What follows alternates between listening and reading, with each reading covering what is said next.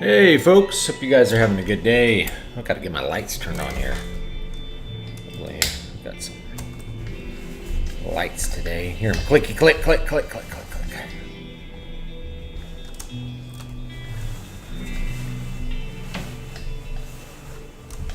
Where's that knob to click this one on? There it is. All right.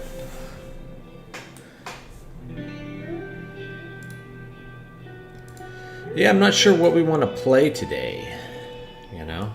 I'm having some errors with my camera again. I get this from time to time.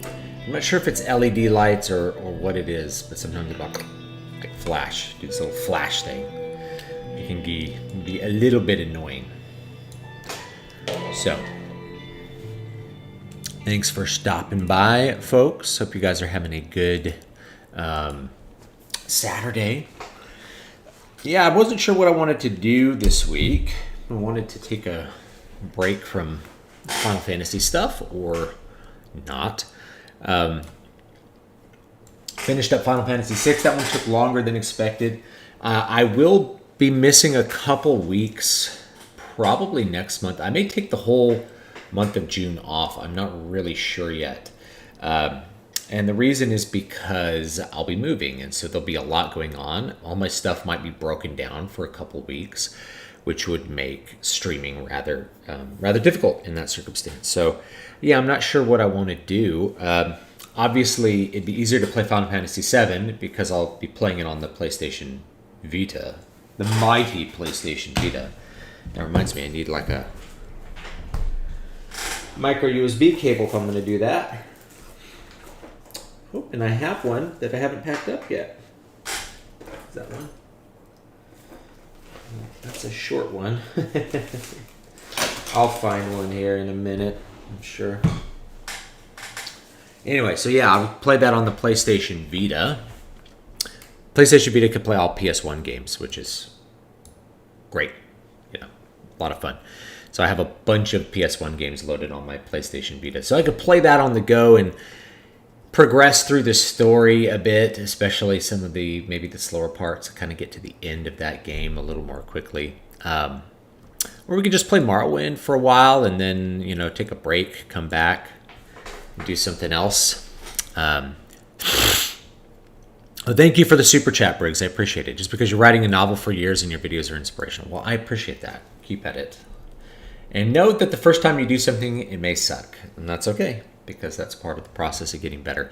I think, someone asks, like, how long does it take before your writing stops sucking? It's like, it takes about 1 million words. But if you are writing consistently, that's like 2 years of work. And then you're basically at the level where you can write really well.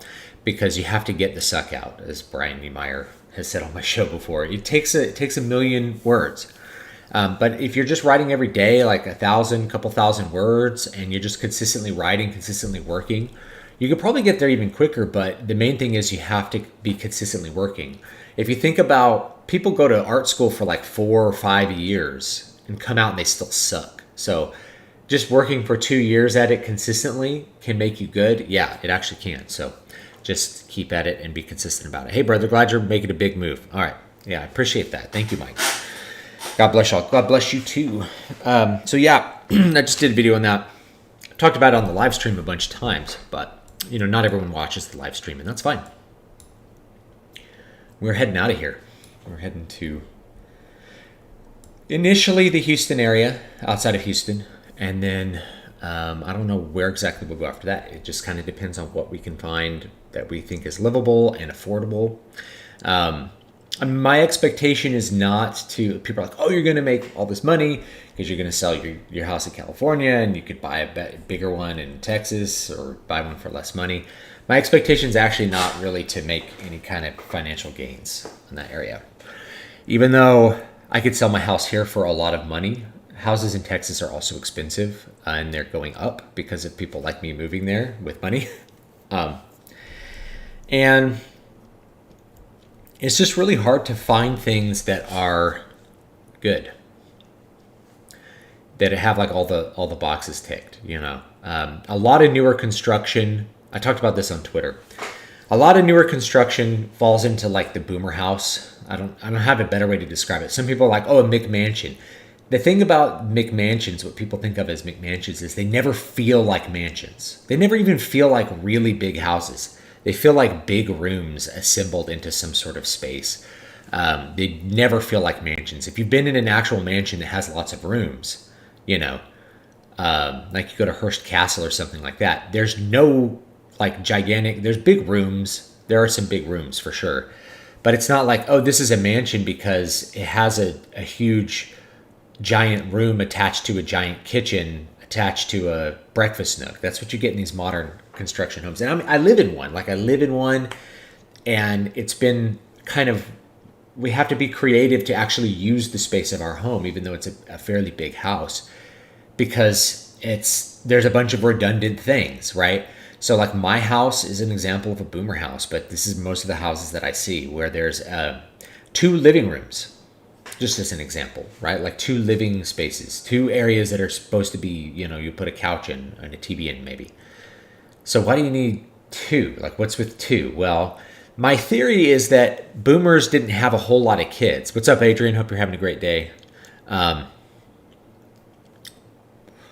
Boomers didn't have a whole ton of kids. They had like 2 kids. And, right now we have 2 kids, so that's good too. But anyway,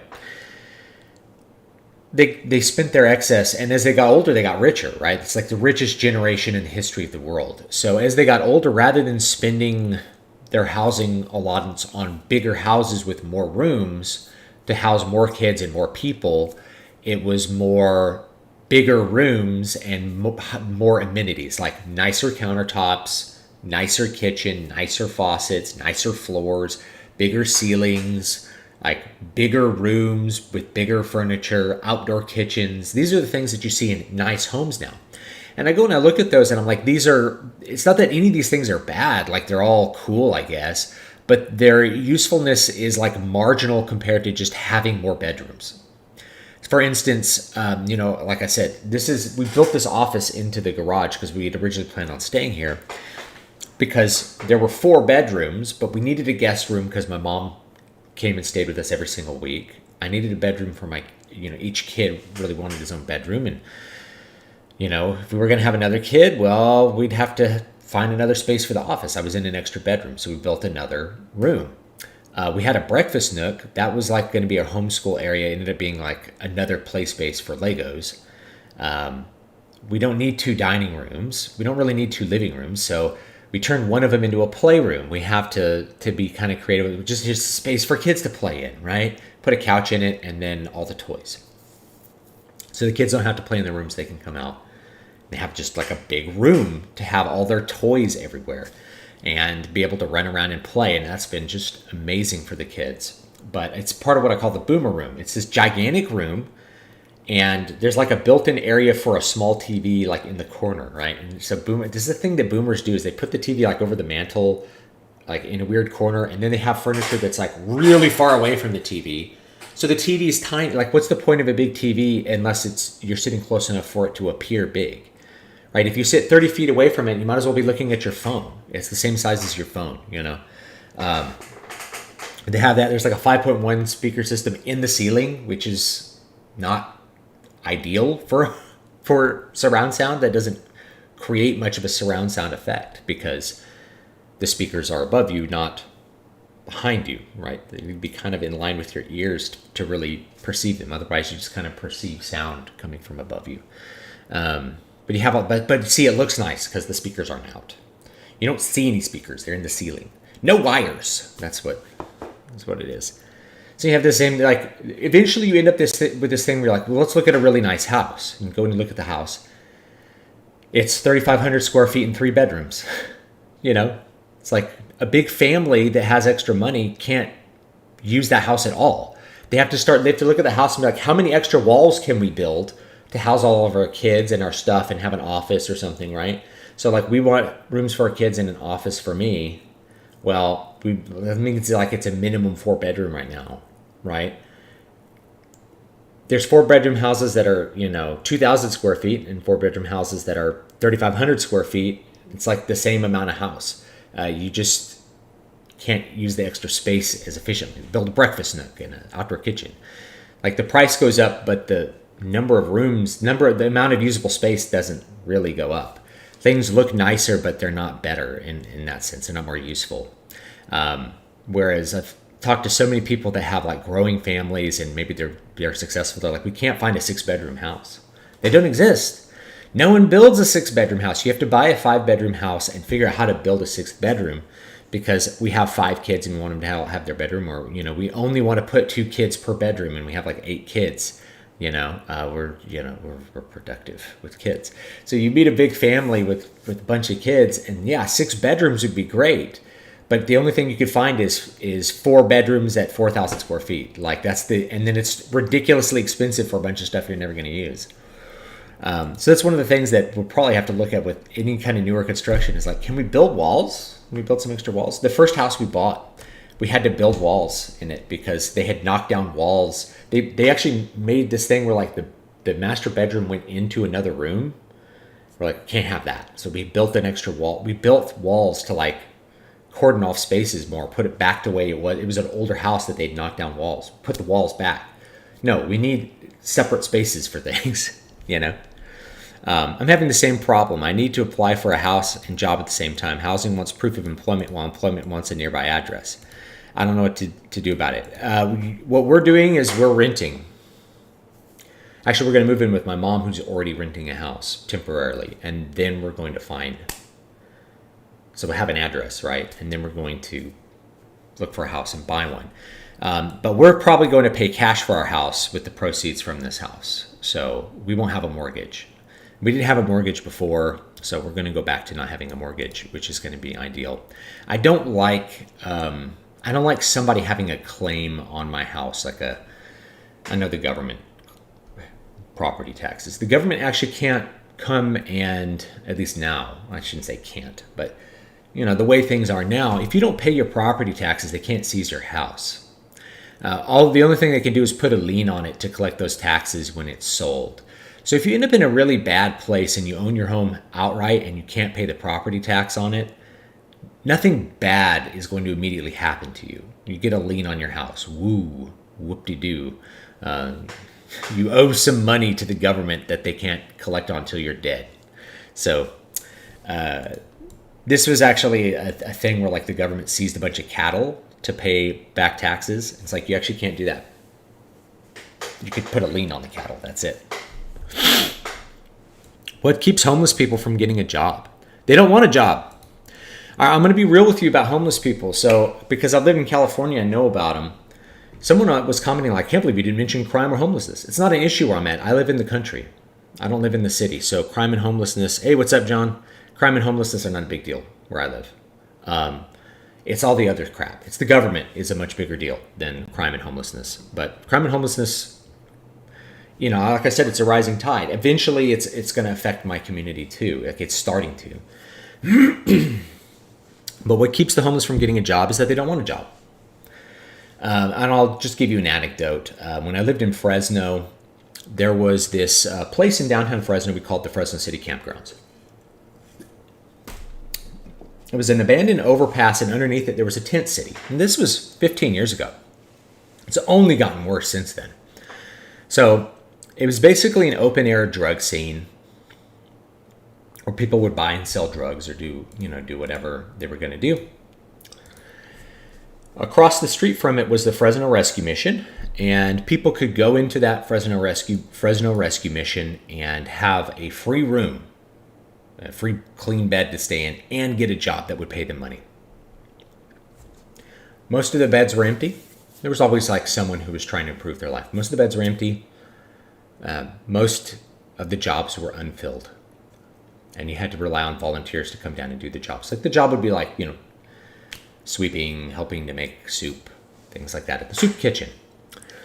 Why didn't anyone go there, get a job? And, they had a whole program to get people off of the streets, get them a meaningful job, get them into an apartment where they are like rebuilding a normal life. No one did it. Why? Well, because they'd have to stop doing drugs. They'd have to stop being drunk all the time and doing drugs. They're living the lifestyle they want. They'd wake up in the morning hungover, get their shopping carts out, go up and down G Street, Cherry Avenue, all over the place, collecting cans, all the cans that the homeless people forgot about the night before, cans. I saw someone rolling around with a car bumper, whatever junk they could find, and they go down to the recycle place on Cherry Avenue, and I think it was on Cherry Avenue, and they would turn it all in, get their money, and then they'd go to immediately buy drugs or alcohol with it and get drunk and stoned and lie in the gutter the rest of the day. And that's what they did every single day. And then they would beg for handouts. People would give them food. They'd go to the soup kitchen for food. These people had a bunch of ways to keep themselves from starving and dying, but what they chose to do was to do drugs and alcohol all day, every day. They could have stepped over into the Fresno Rescue Mission and had somebody help them with their addiction issues, and addiction counselors and stuff, right? This is what's always funny is like, well, why don't like Catholics and Christians, they're the same thing, but why don't Catholics like have their thing? It's like Catholics have all of these huge charities for homeless people. And a lot of them don't choose to do it. You can't make a person fix their life. They have to want to do it, and then you can provide them lots of help. So there was lots of help for these people, and they chose not to have it. They were living the life that they wanted to live. And so people who've never really been around homelessness, people who've never really seen it, people who've never really talked to homeless people or dealt with them, and even people who have, they've had this illusion of what homeless people are. Now, I don't hate the homeless people. I don't have any kind of contempt for them. They're living the life that they choose, and they're probably in pain. They have bad things going for them, but the idea that there's this idea that homeless people are just like Okies, they're just people who can't afford rent. They're just down on their luck. They're not down on their luck. They're down on their luck in ways that aren't apparent. Like they probably suffered horrible child abuse or something like that. These are people who've had bad lives, but they're not people who just they lost their job and now they're homeless. If they lost their job, it was because they stopped showing up to their job because they were too high on crack.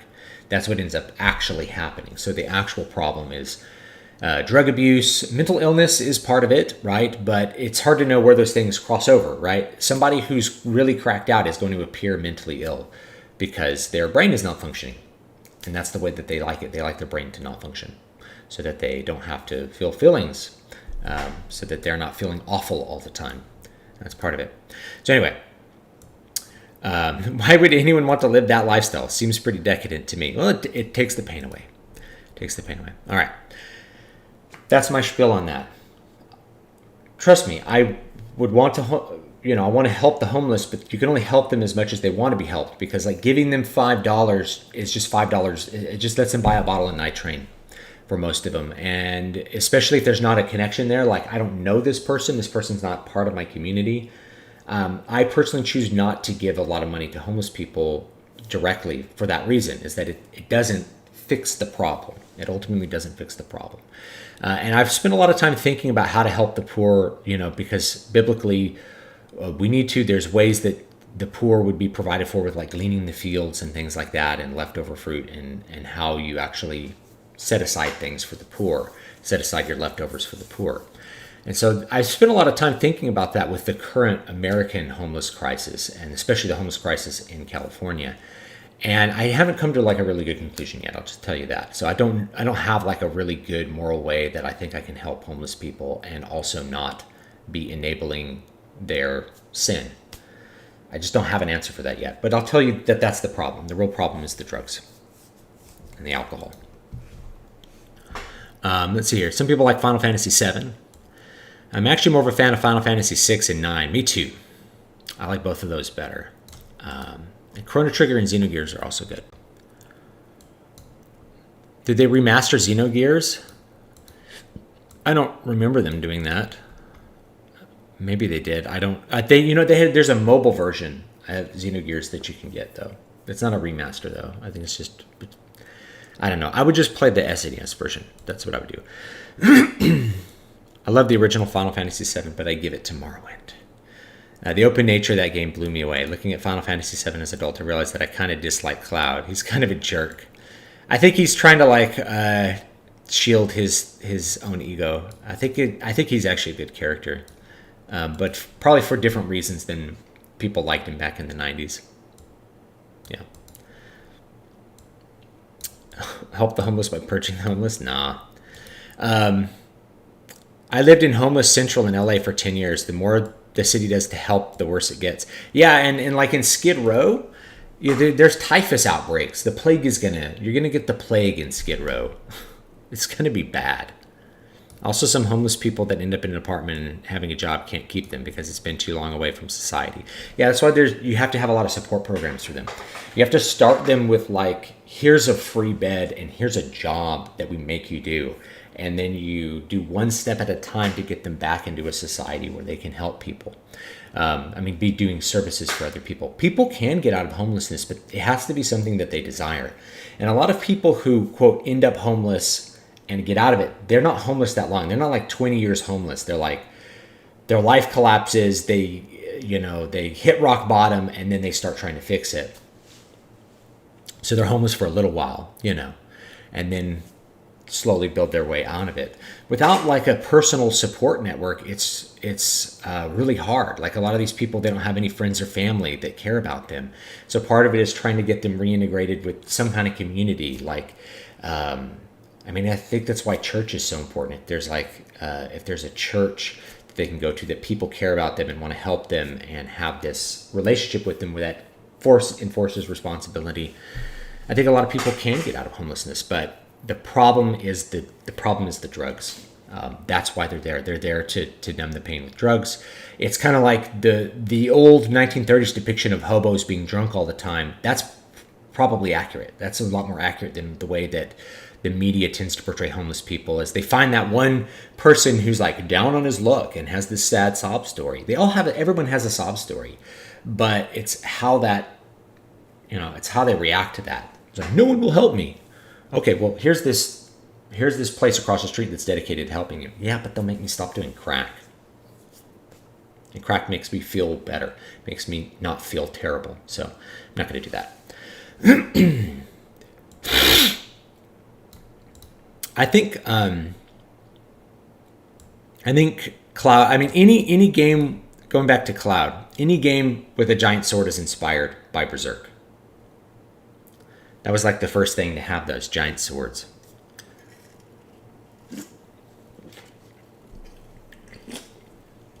Yeah, it was weird to see them in daylight. It was weird to see the slums in daylight. Are you going to watch The Rings of Power? I don't advise anyone to watch it. If I watch it, it will just be for Machiavellian reasons, to make content dunking on it and therefore get views and therefore sell a couple books. I'll be upfront with you, right? It would be I have no expectations it'll be good. I expect it to be bad. In fact, I'm so certain it will be bad. If I plan to watch it, the plan will be, I will plan out all the content that I'll make around Lord of the Rings and just make like 2 months worth of anti-Lord of the Rings content, the way Star Wars ended up being, right? I didn't plan Star Wars, but there's been, you guys see the pattern by now with these old properties, the way that they capture them and turn them into garbage. So you just make a bunch of content about how it sucks. And then you can capture some views from people who are irritated and weren't part of the Star Wars fandom. So the people who didn't catch didn't get the memo with Star Wars, or maybe didn't get the memo with Marvel now, they're going to maybe get the memo with Lord of the Rings. And so, yeah, you make content towards that. If I'm like, man, I really don't want to give attention to people who hate me in this sense, then I might just make some auxiliary content related that will come out at the same time that will perform some of the mission of waking people up. And that's it, Kind of suspect that the second age is diverse, but the third isn't. Yeah. I don't, I'm going to be a little bit generous with modern studios. I don't think you can make a modern production that is not racially diverse, let's say. I think that all the stakeholders believe in it so much. You could be like, well, we don't, Black Hobbits in the North doesn't make any sense, or things like that, right? And be correct and have to do it anyway because the studio says you have to do it. Like it's almost there's no option to make Lord of the Rings the way it was 20 years ago. There just isn't. The option doesn't exist. You can't make a European fantasy. And even if you make like an African fantasy, like Black Panther, you still are like obligated to have white characters in it almost. You know, we still had, who was in it? You had two guys, you had Gollum and Bilbo were in Black Panther. That was right. Bilbo saves everybody. Martin, God, what's his last name? Yeah, he actually is the white savior. He's literally the white savior in Black Panther. They unintentionally wrote a white savior character, and that's him. And Andy Serkis is the evil South African, the evil racist South African. That's pretty funny. You can make American fan, like if you made American fan, like Marvel can be diverse because it's always been that way, right? There's been black comic book characters and every color under the rainbow, right? There's been every kind of comic book character, and modern America is diverse. Problem is when you set it in some other universe or in some past, like with the Robert Jordan adaptation, they were calling it Wheel of Time, right? It wasn't called Eye of the World, but anyway, the Wheel of Time adaptation was, here's a rural town in basically medieval setting with racial diversity. That doesn't make any sense.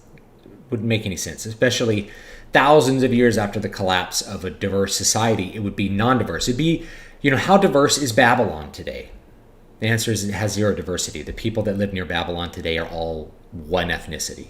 How diverse was Rome in 1500 AD? Rome, during the height of the Roman Empire, was very diverse. There were people from Africa, Greece, Spain. There were people from all over the Mediterranean and different continents living in Rome. But within like 2 generations after Rome's fall, it was purely like one ethnicity. Everybody either left or just became integrated into the overall genetic makeup and society, and therefore the ethnic differences disappeared. There's no diversity in any society unless you have people from outside coming in and not mixing with the native population. That's the only way that you have diversity. So diversity is either temporary or it's the result of like segregation. It's the only way that those things happen. Anyway.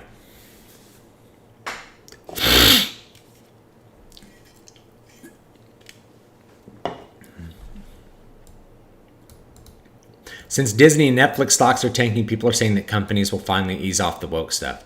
They don't understand that corporatism and SJW hires won't stop wokeism. Yeah, it's integrated in the company. So it's hard to say they're going to step off it. It's an assumption that they're interested in money or the stock price. And I think that that's maybe a little naive. I think history shows that they're just not all that interested in what the stock price is going to do. Yeah, my camera's flashing a little bit, so I apologize for that. Let's play some Morrowind. We can play Final Fantasy next week. Let's take another break and just kind of... I'm going to play the modded version of Morrowind here. Let's see here. Where is it? There we go. I'm going to play the modded version of Morrowind. Let me see if my shortcuts work. Yeah, all right, sweet. So I'm going to play the modded version of Morrowind's original engine rather than Open Morrowind. I did Open Morrowind last time. I love Dune, but Denis Villeneuve has the... Villeneuve, is that it? Villeneuve has the flattest looking films. He may as well film Dune in black and white. Was he denied crayons as a child? Yeah, I think his films have a very boring look. I think it worked for Dune, though. It's the most yellow movie I've ever seen. And I think it works just for Dune. I think it wouldn't work for anything else.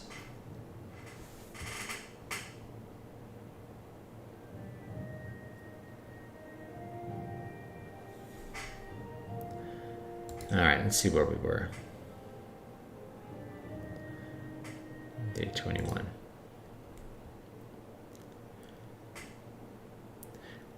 Villeneuve.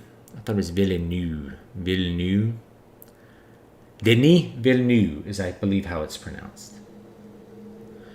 Denis Villeneuve. I think I looked it up when I was looking at Dune. I still haven't watched Blade Runner 2049, and I don't want to. It's a skin suit. Oh, this game may crash. No. Hey, so here's the thing about the original versions here, is that they tend to crash quite a bit. Let's check my journal out. Let's see what I was doing.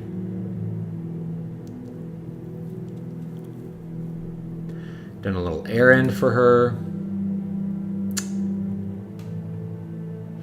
All right, so.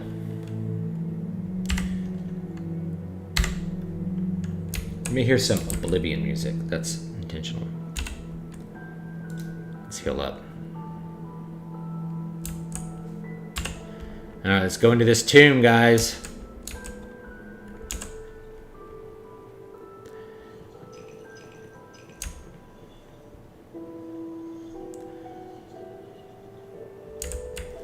I may need to adjust my gamma here. Video. Here, there we go. It probably looks so... See, it still looks really dark on your screen. But it looks a lot brighter on mine, and I think it's my monitor. Let me change my monitor here so I can really get it. There we go. Actually, that looks... Standard mode. Theater mode. Game mode. That's really bright. Night view. sRGB. Scenery mode. We'll do that one. Options. Let's turn the gamma up a little bit. Can you guys see it better? No, it's not affecting your screen. It's only affecting mine. Let me fix this. Let's do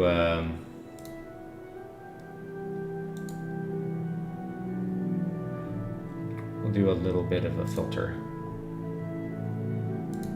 so you can see it better.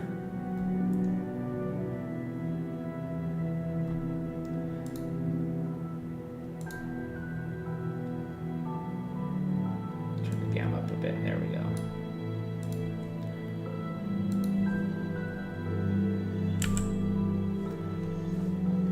All right, that's a lot better. That's a lot better. Now, whoops. Wait, here come the lights. All right, now you can see a little better. Dead body. Yes, I will loot the gold from the dead body. I think there's a ghost right here. We're gonna have to kill him. Come here, ghost.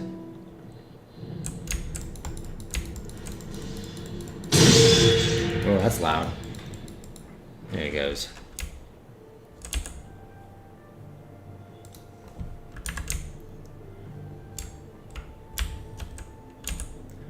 Let's make a donation.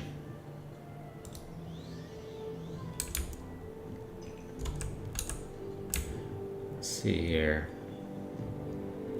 Should be a guy. Here's a skeleton.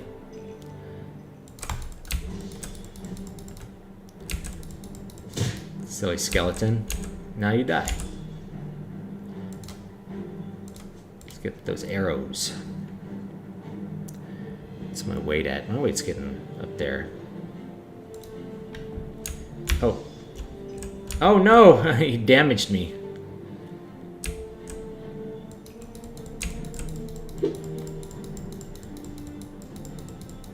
Alright. Let's see what happened here. We got damaged here. No. He like hit me with some kind of spell.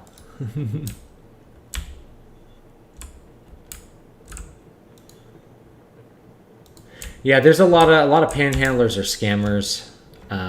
It's hard to know which ones weren't, but you get a kind of a feel for it after a while because you have so many that you know, it's like, oh, I need gas to get home. Okay, I'll buy you gas. How about you give me $5? Boy, it's dark. It's a dark hallway. I wonder who lit these torches in here, by the way. I think we can go straight down to the bottom here. Kill these skeletons. Kill that one. This guy's wearing some armor. But it won't be as good as what I have. This is what the original engine looks like, modded. Usually looks pretty good. Oh, I'm over encumbered. Let's fix our armor and see if we can.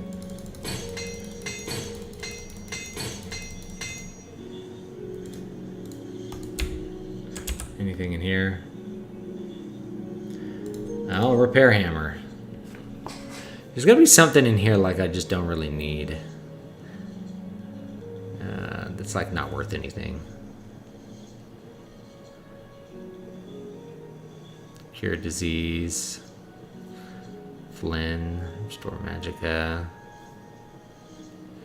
Yeah, I should just throw some in here I don't need. I don't need all those repair hammers, to be fair. This is how it is. Hound meat. Put that in there. I could make some potions real quick, actually. Watch, we'll just make a couple potions, see if that'll lower our weight. Usually, usually you have stuff sitting around for like restore fatigue. That's pretty good. And then you can just use that real quick.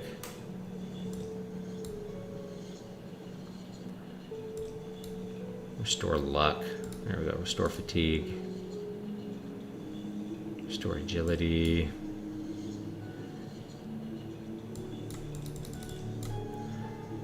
Maybe I don't. I just throw away the hound meat.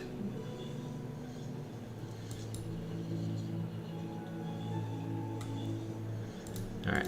We'll just toss the hound meat. Some other stuff. We'll toss, how much is the torch? I use the torch, though. The recent Norse mythological movie, The Northman, had an all-white cast and was meticulously accurate to Norse lore. Sweet. But I think with something like Lord of the Rings, you'd have a really hard time doing that. There's too many stakeholders that just believe that it should be diverse. A Daedra heart. I don't want to throw away the Daedra heart. Those are kind of hard to come by. We'll throw away the hound meat. You can get that everywhere.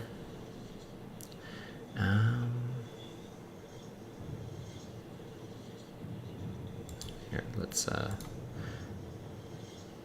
recharge our Sword of Woe. There's no really reason to recharge your weapons in Morrowind because they kind of recharge on their own.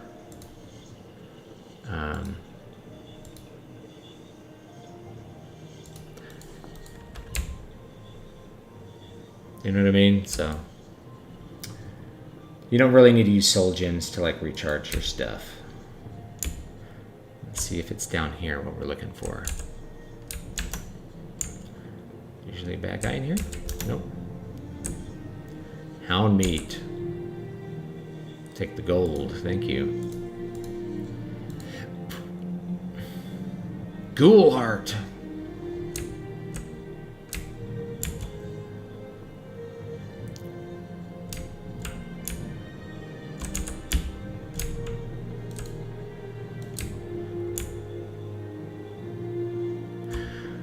Over-focusing on the effects of our actions can bring weird consequences, like thinking of Hitler's most important figure for human rights because it made us focus on them. Yeah, that's an interesting perspective.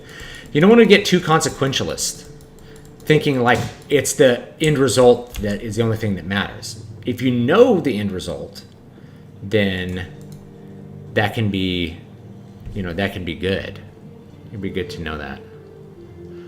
I keep wanting, I got too much stuff. I don't need that.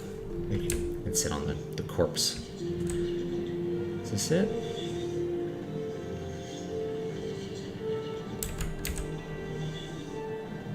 Skull. There it is. Alright, we got the skull. I think that's what we needed, right? Can't really see anything. Alright, let's put on our torch. See, I like this about Morrowind that you can't see. Oh, there's a skeleton. Alright, come here.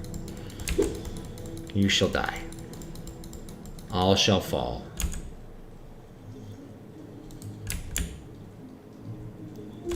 I love that as soon as you kill something, the battle music stops. Is there anything good in here? No, I don't think... No, it doesn't really... Oh yeah, this is the homilies of Alamexia. You can read so many cool things in this game. That's what made it fun. Part of what made it fun. All right, I think we got the skull, right? Is it in here? There it is. All right. Go bring that back to the Mages Guild.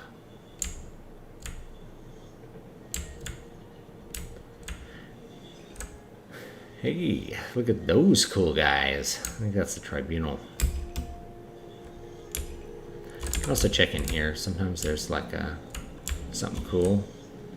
Oh, there's a skeleton. I'll just kill him real quick. Die, die. There you go.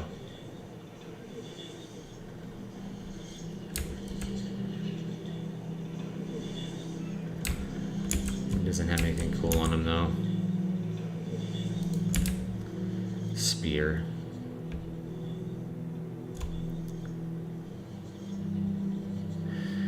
The thing about Morrowind is like there's definitely ideal builds. This is more like an efficient leveling build that I kind of came up with. But you can just max yourself as a warrior and like it's really an easy game. Planting potatoes here. Potatoes.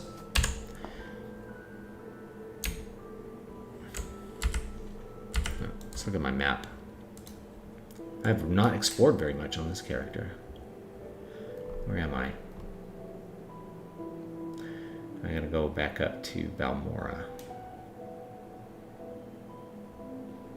Or actually I could just walk over to Sedanin here and just take the Silt Strider. Let's do that. That's the easiest way over there. Let me look at the local map.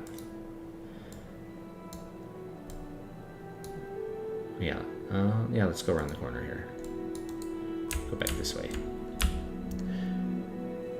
Another thing that I kind of like about Morrowind is there's no fast travel, so you could get around, but you can't just like instantly move from one place to the next. That doesn't really work out.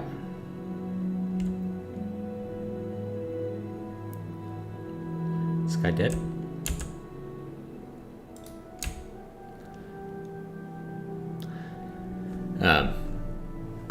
Literally, Thomas Aquinas addresses the case of giving money to the poor man that doesn't use it for good. I don't remember it, though.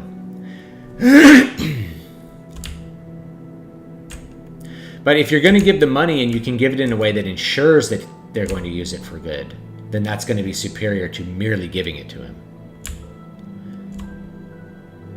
You know? And you can give out of a sense of charity. You can give when you feel you need to. I tend to limit it, to limit the direct thing, because there's no connection there.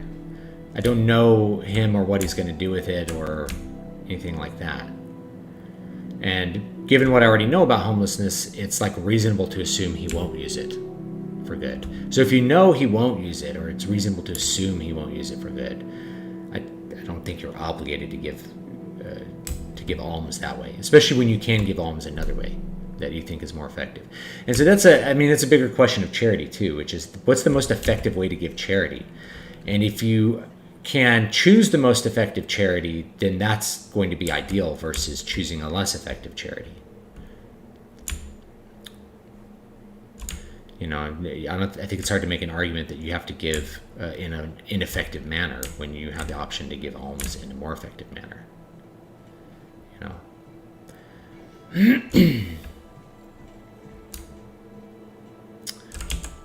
So we can sell some stuff in here. There might be some moon sugar on the ground. I often like forget the stuff that I leave on the ground places. Let's see what he's got. Does he have any spells? Spark is usually a good one. I don't think I have that one. Hearth heal. I think I have that. Barter. Let's see what we can sell. And we got some stuff we don't need. Got all these alchemy ingredients. I should probably just sell them and level alchemy later. But I kind of want to like have like an alchemy stash at the Mage Guild. I think I did that with this one. I will sell that and the Fireblade. We don't need either one of those. I'm not getting any gold for them, but whatever. They're not worth anything. My problem is refusing them. Yeah. Those netches. Oh, there's a cliff racer over there. What are you doing over there, you silly cliff racer? It's very foggy out here today. Very foggy. Look at all the fog.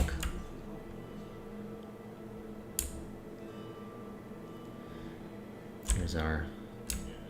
Yes?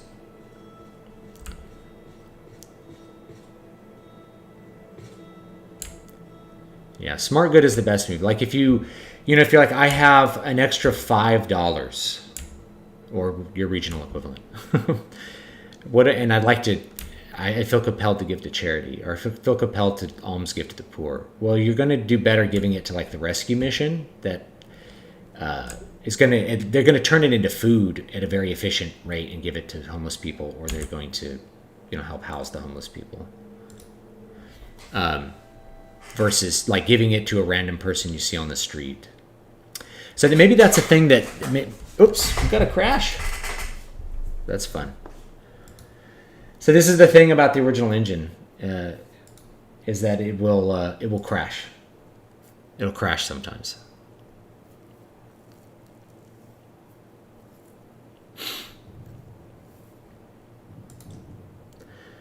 All right, well, we're gonna have to walk a little bit more. Yeah, this is keep in mind this is graphically, so it looks surprisingly similar to Oblivion. Yeah, it's Oblivion, but I think the gameplay, I personally think the gameplay of Oblivion is more interactive and more fun.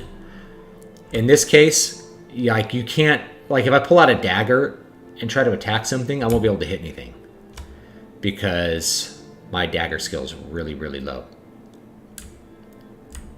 So, like your skills, like a traditional RPG, really matter in Morrowind, and it's really hard to level skills without paying a trainer if they're really low. So, like let's look at, my destruction skill as a minor skill is really low.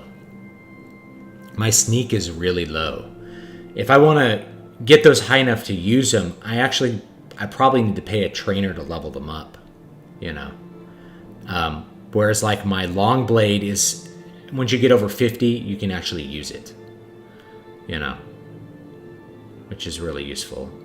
And same thing with security. You got to make that a major skill so you can use it. You can jump around. Right now, of course, I have no fatigue, so we can use, where's my little fatigue thing here? Rest of St. Maris. I need to go to the Mage's Guild and make some really simple spells that like have a really high casting chance. I can level stuff a little bit. So this gives me back fatigue as I walk or as I run, which is really useful. I'm gonna manage the fatigue better because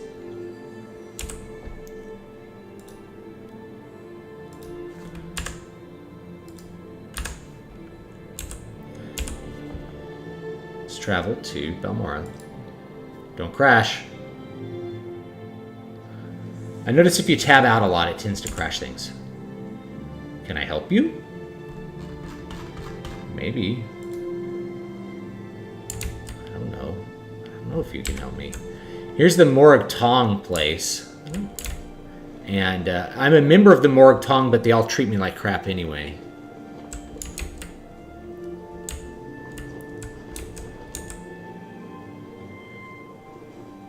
Watch training. You could trade short blade or blunt, right? We can train speed. And when we train this, we'll get a speed increase when we level up, too. 3, 4. Just do like 5, 6, 7, 8. We should get a +5 speed. And then, all right, why are you talking to me, dude? Why are you here? Like, why are you following me around, bro? I don't know what you need here. All right, and we can do blunt for strength if we want to, right? Do a couple of blunt weapons here. Do 3, 4, do 5. We'll do 6. Does he have training? No.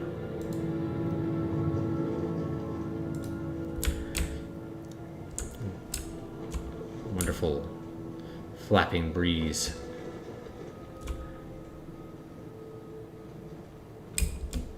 There's a charity that gives out groceries down the street from my apartment. Every time they do, the streets are littered with garbage for days afterwards. Man, that's pretty sad.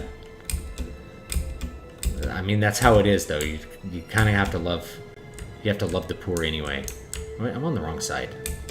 Let's go back on this side. Mage's Guild.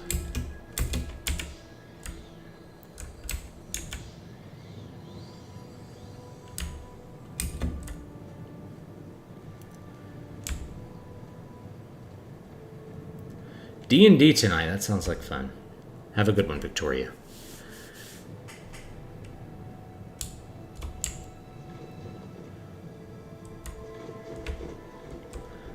Yeah, let's sell some stuff to this guy real quick. Barter. Sell the Iron Spider Dagger and the Fire Blade. I might want to keep the Wild Shard Blade, because it is like frost damage. It's like a one-handed blade. How much does it weigh? It only weighs 2. Alright.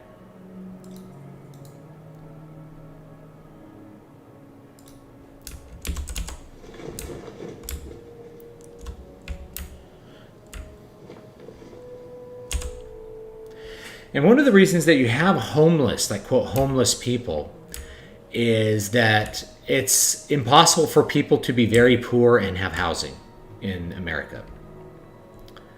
So it used to be that these people were like the drunkard on the edge of town living in a shack. And even though that's really bad housing, they literally could... Oh yeah, here's my little stash here. I'm going to put like more of my... Put all this stuff on the floor here. That way when we want to do... This stuff will just stay on the floor in Morrowind. When we want to do all of our enchanting, or our... when we want to level alchemy, we can. With all of our ingredients. We don't have to go buying ingredients. Spending money. Daedra Heart. I don't want to put the diamonds on the ground. I want to sell the diamonds. And the rubies. Give us a lot more space to carry garbage back out of dungeons.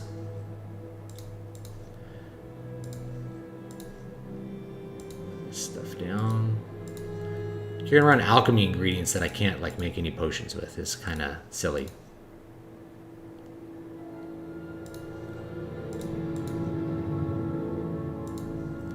Trauma root. Bitter green petals. Alright. It's all good. Now, I think I needed to talk. Where's the orc? Oh, here she is.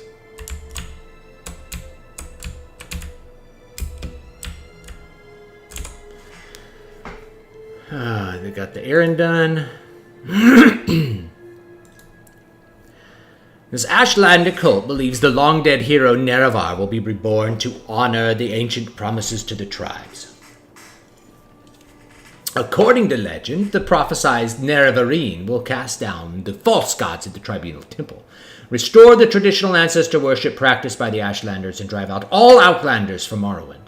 Both temple and empire outlaw the cult, but it persists among the Ashlanders, who care little for imperial or temple law. Here, take this copy of my notes on the topic for Caius.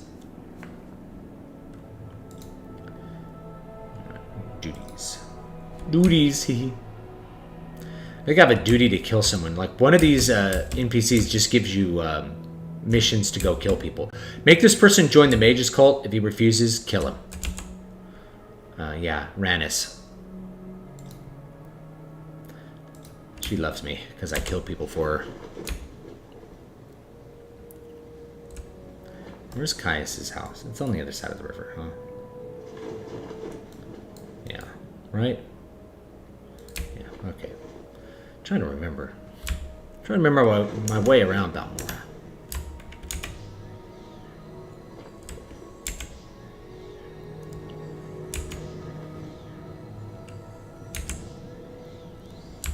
There we go.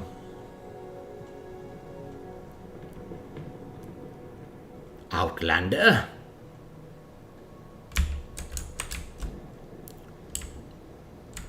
So let's look at biblical people forced to work, right? So biblically, you left the leftovers in the field, and the poor could go gather them up and grind them up and eat them. And the fruit that fell from the tree, the poor could eat.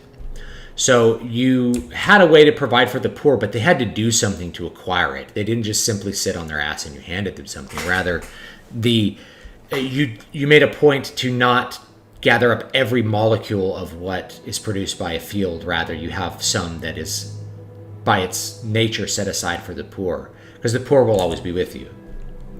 Right? There'll always be poor people, and you have to figure out a way to provide for them. So gleaning the fields was a way to do that, and that's in the book of Ruth. That's how she starts, or doesn't start. That's what she ends up doing, is gleaning fields. See, I could trade hand to hand if I want to. Unarmored personality. So I'll come back and train unarmored to get speed for like the next level. Is a pretty good idea. So that way you can get plus speed. Like plus endurance, plus speed are really useful early in the game. Plus strength is really useful. Those are the three that I really want to level up right now. All right. Orders. And these are Shard's notes on the Nerevarine cult. Excellent. I'm promoting you to Blades Apprentice, Duranta. I like some time to think how this fits with the Emperor's plans for you. So if you'd like to get in a little freelance adventuring, go ahead, but whenever you're ready, I'll have new orders for you. I'm promoting you to Apprentice rank effective immediately, and here's a little present. 2 spell scrolls. Thanks. The Divine Intervention will recall you to the nearest Imperial Shrine. And the Almsevy Intervention will recall you to the nearest temple. They come in handy for a quick getaway. No notes, Duranta. No thanks needed. You're doing great work. Now, get out of here and let me read. Alright, you have any orders? Okay. I've thought it over, and I want you to interview 3 informants in Vivek City concerning the Nerevarine and the 6th House. First, I want you to speak with Aldhirinir, a Khajiit Thieves Guild operative. Second, I want you to speak with Hulia, an Argonian in the Morag Tong. Finally, I want you to speak with Mera Milo, a temple priestess. Here, I've written the details down so you won't forget. And here are 200 drakes for bribes and other expenses. Let's see if there's any more information on these guys. He's a Khajiit and a Thieves Guild operative. You'll find her in St. Alm's Canton in Vivek. Be careful what you say and use common sense. People in the cantons are suspicious of outsiders. You may have to win or purchase their confidence. Mera Milo is a temple priestess who works in the libraries at the Hall of Wisdom and Justice. She's a friend, so be careful and don't get her in trouble. The temple is suspicious of outlanders and wouldn't be happy to find Mera talking with you about religious matters. She'll be easy to spot. Look for the priestess with the copper hair and copper eyes. Hulia is an Argonian and a Morag assassin. You'll find him in Vivek, at the Black Shot Corner Club in the lower wasteworks of the Foreign Quarter. In addition to his other skills, Hulia is also known around Vivek City as a student of history and a lover of books and old things. Later, brah. You have any tips on managing anger? What are your thoughts on the Supreme Court leak? Do you think it will sabotage the decision? I hope it won't. But it's obviously intended to. It's intended to sabotage the decision, and it's intended to allow the court to be intimidated. You know? That I believe is the point. Will it be successful? I hope not. Random question. Do you have any tips on managing anger? I don't act on it, but lately I feel often frustrated, especially since my friends ask me to play competitive games with them.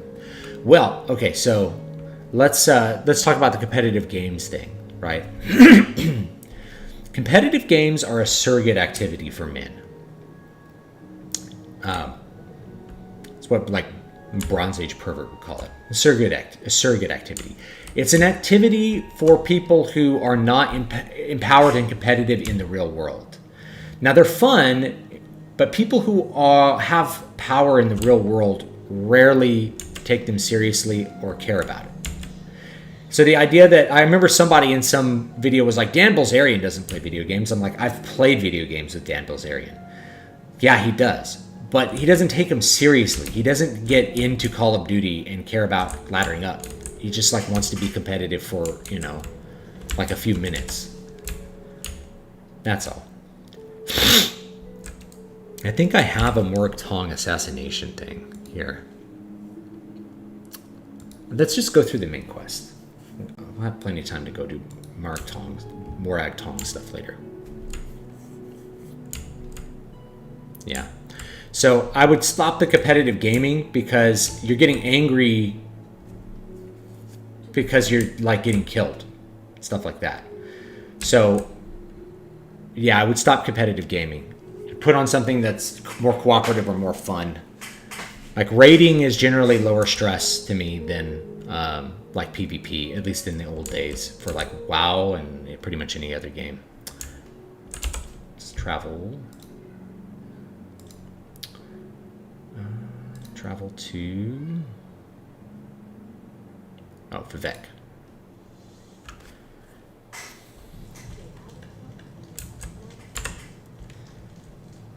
All right, we're in Vivek. Hello. Welcome to Vivek.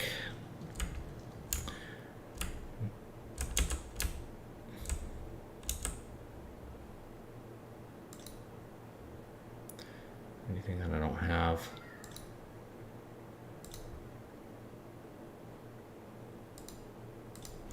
Yeah, Trebonius gave me a quest to figure out why the dwarves disappeared. He's like a character.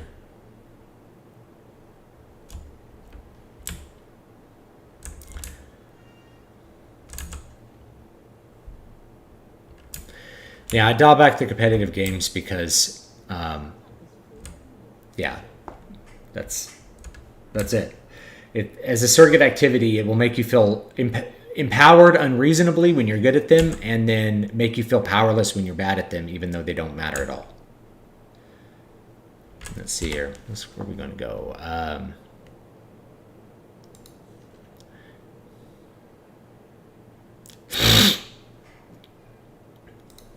Let's see here.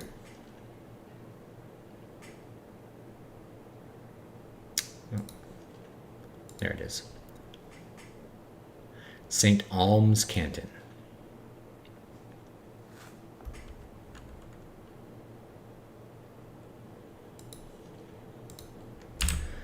All right, let's look. I think it may be down there. Where am I? I'm in the foreign quarter.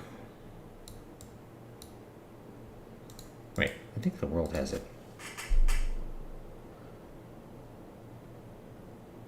Talvani, St. Olms is down there. All right.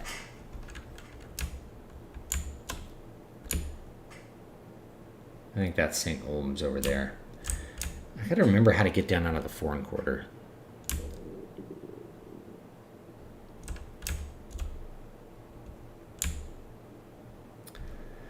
Yeah, I think knowing how to restrict or avoid the things which you feel anger in is a big thing, versus doing things which calm you. I think anything which makes you focus will make you feel less angry. You know, like doing art, like practicing art or writing or something like that. And anything which causes you to feel anger should be minimized or restricted to a certain time and place. Like I could get angry arguing with people on the internet, so I tend to try to restrict that to very specific times, and then depending on what somebody says, I've learned to filter what they do. So most of the time, if somebody says something which is just outrageously stupid or insulting, I just block them. I don't even engage in conversation with a lot of people anymore, because there's no point to it, right? It's a waste of my time. As far as I view it, it's a waste of everyone's time. I gotta go down over here. Wait, can this guy take me to St. Olms? Nope. All right.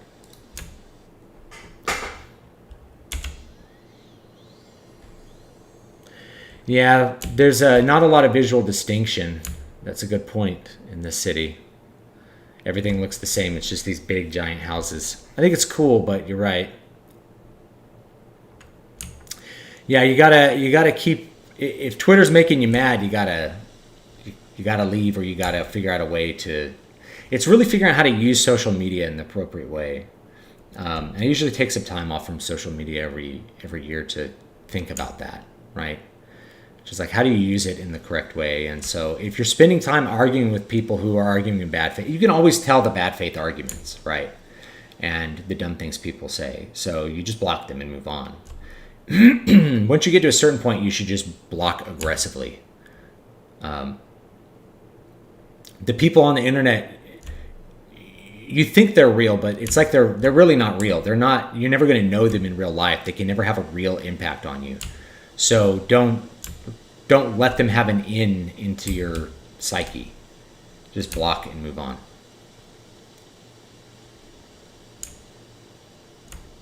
Lots of people have dark thoughts. Do you think writing just to keep the flow is a good method to break through writer's block? Absolutely. Absolutely. It's a great way. Just write, and then eventually you come on something you want. You can always go back and delete the crap you don't need later. But if you just write, you're going to get through that little tough spot. Let's see here. I already joined the Morgtong. Wait, am I in St. Olms? No, I'm in the arena. What am I doing? I'm in the wrong one.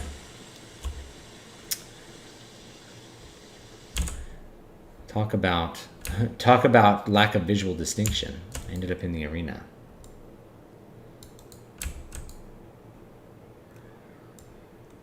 Where am I? I don't see my little arrow self. Oh, there I am. So that's the...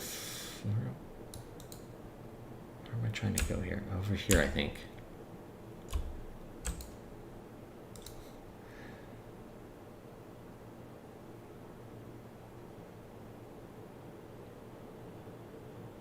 There it is. We gotta go south.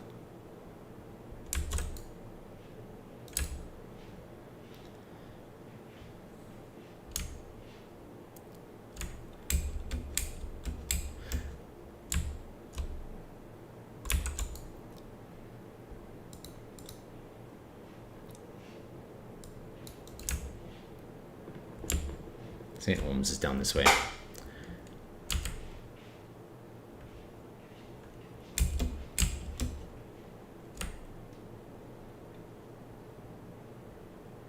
Yeah, you can definitely get through write. So there's a couple ways to get through writer's block. One is just to write and see what comes out. Stop and plan out your story and actually plot that out, and that'll make it a lot easier as well.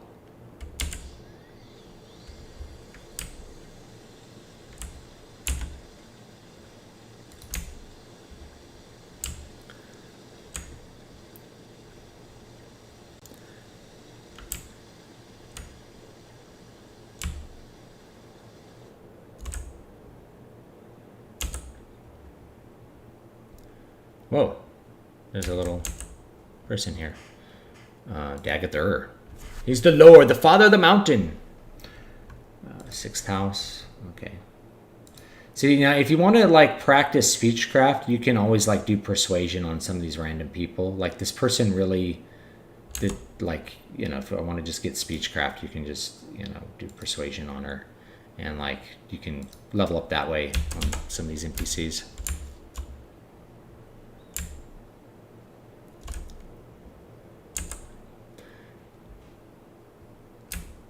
If any people know.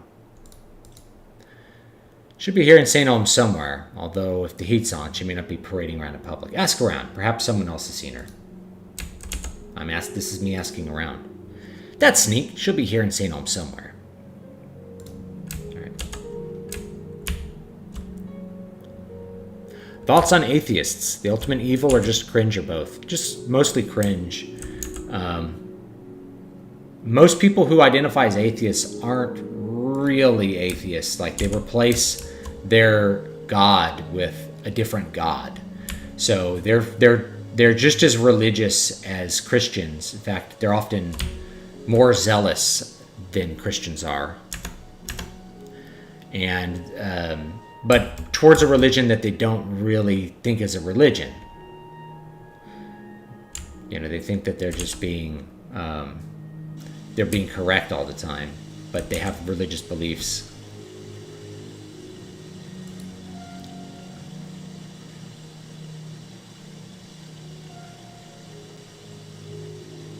Oh, this guy's looking forward too.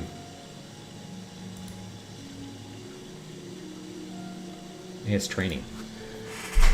Light armor. Sneak.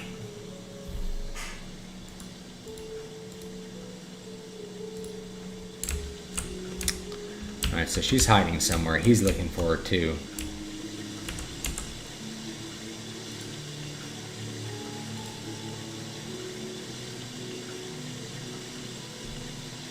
For some reason, I just can't seem to remember. That could be that, like, you have to bribe him. But we may just look around. Yeah, they replaced God with the state.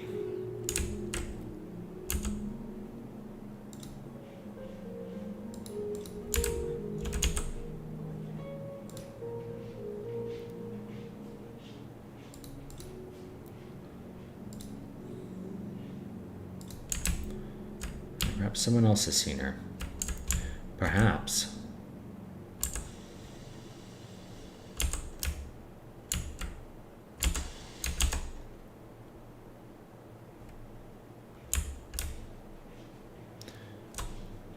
Raw glass.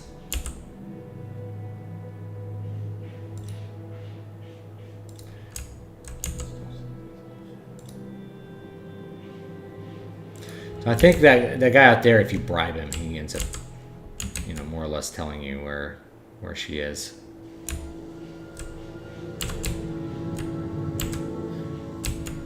There we go. She's hiding somewhere. Let's find that other guy. He might tell us if we bribe him.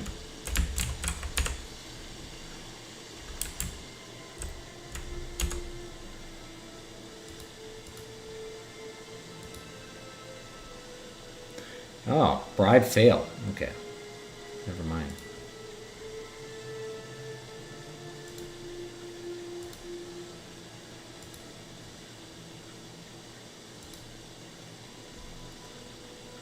Well, that didn't work. I'll go downstairs and ask.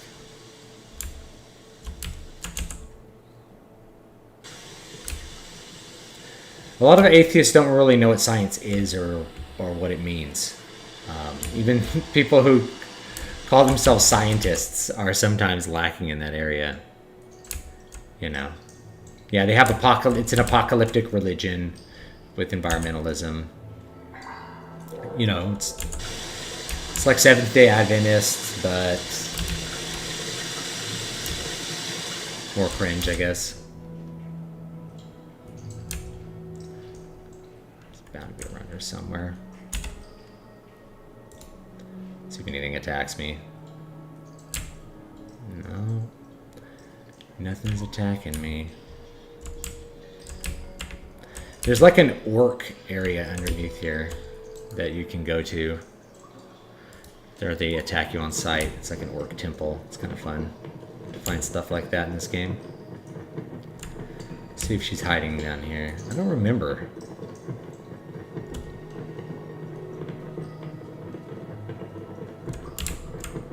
Yeah, not having kids is they can only spread their faith through proselytization, through evangelizing. Is this it? Is this the orc one? Here, let's go check it out.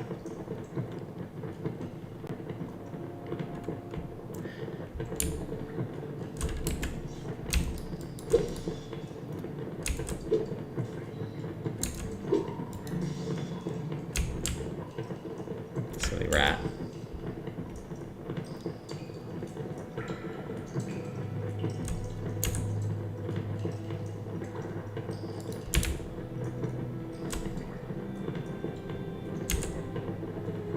The shrine.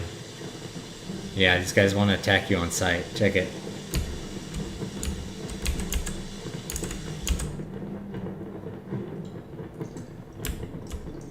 She doesn't attack you on sight, though.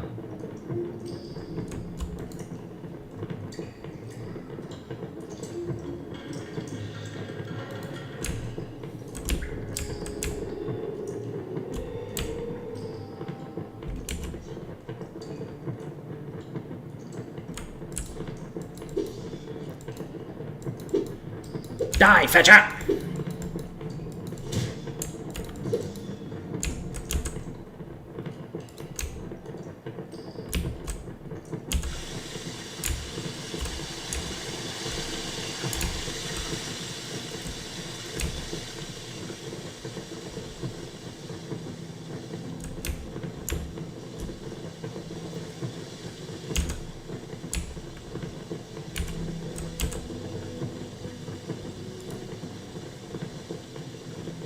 Hiding from the census and excise agent, I'll bet.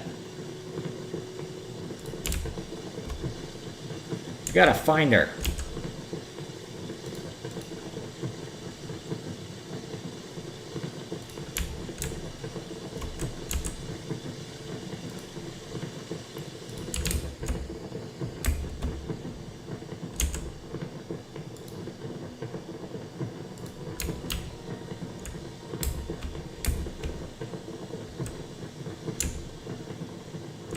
What are your thoughts on album names? Normally end up naming it a song name. I don't know. I think like I like album names that sort of reflect the concept of what's going on. I got a feeling like it should be down somewhere. You know. I could look it up on the internet, right?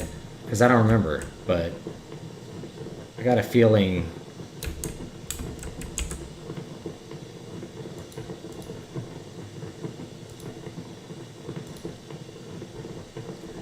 You need.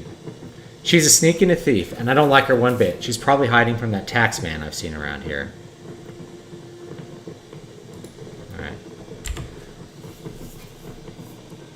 She'd be hiding in the underworks. Alright. That's where I thought she was. And we'll go back down there and see if we can find her.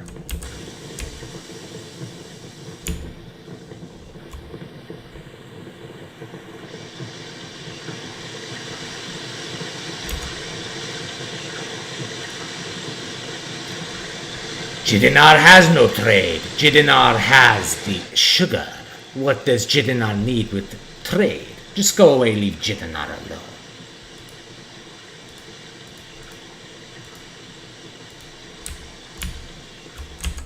Just watched 2 months. I just wasted 2 months getting screwed over by G. Deere for my book cover with nothing to show for it, and they're my third failure. Can you recommend someone good at making photoreal book covers? What photorealistic art by the G. Deere? I don't know what the G. Deere is. I'm not sure what you mean.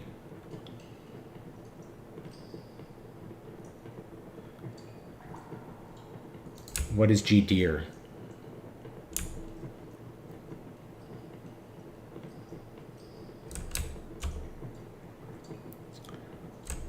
Talk to her.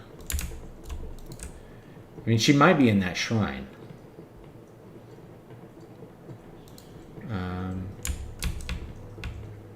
Doubt she's down that way.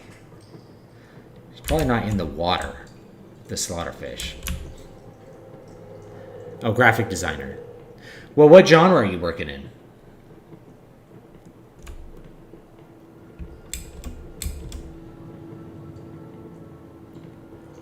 Yeah, what genre are you needing a cover for?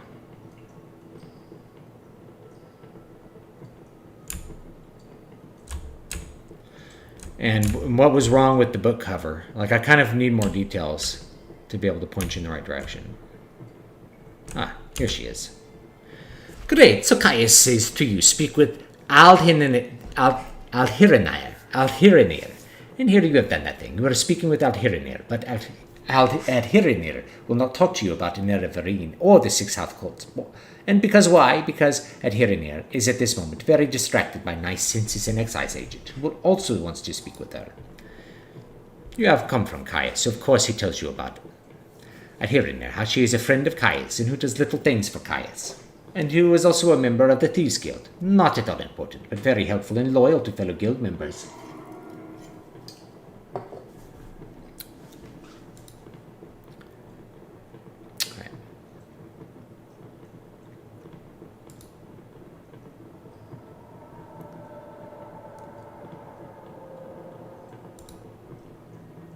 It's just a social club. We like the finer things in life.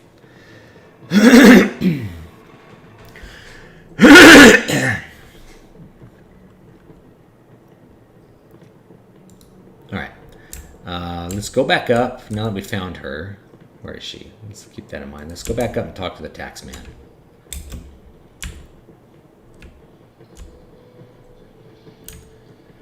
Sewers is a weird way to spell ditch.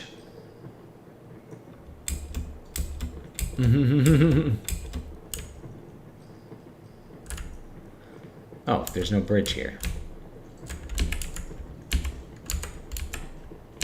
Come here, stupid rat.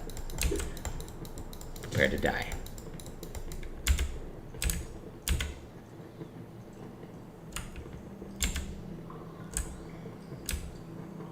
Oh, there's the ladder up right there. What am I thinking?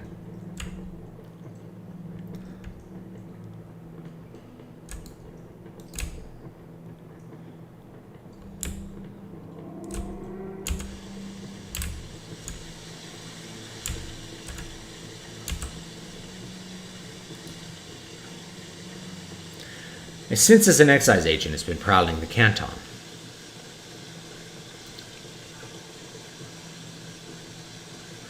Swim's pretty good for a kitty. Gets her inspiration from the census and excise, I reckon. Look for trapdoors down to the canal works level. There we go. Alright, we'll go up there and talk to this guy. So what I love about this game is you kind of have to, you know, explore around. Let's see what's up. Oh, St. Alm's storage. I haven't been in here. You know, you could steal a bunch of stuff out of here, but no, probably don't have time. Kill that little rat. You can take the gold. We don't need the axe. Like, there's so much loot just, like, sitting around in this game. It's crazy. Is there one that you can read? Probably not.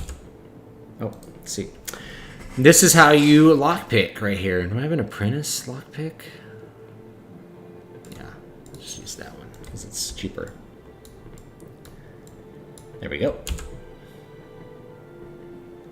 You just attack the chest with your lockpick, and that's how you pick locks. Glories. Not worth a lot of gold here. Let's pick that lock. There we go. Where is my sword? Let's see if I can hit anything with the short blade yet. I don't think I can. There we go.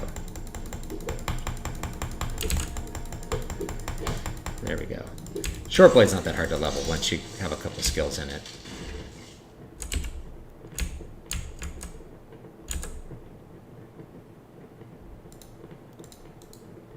What was that potion? Restore personality. Remember, there's a quest in Oblivion that you can only do it if you have low personality. So you have to create a spell of destroying your own personality.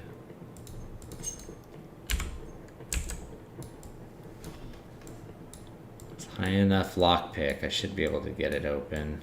Low enough, I should be able to get it open. I think I can do 50. I think 50 is like my max right now. There we go.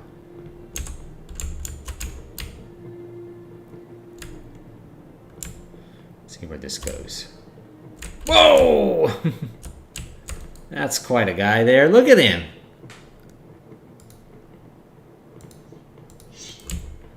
Let's put our shield on.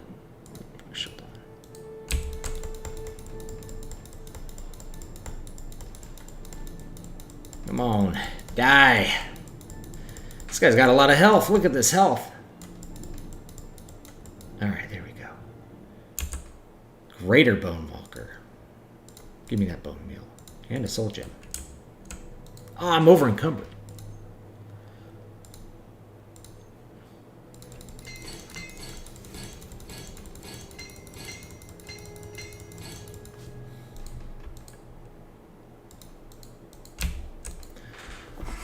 Did this soul gem weigh like a ton or what?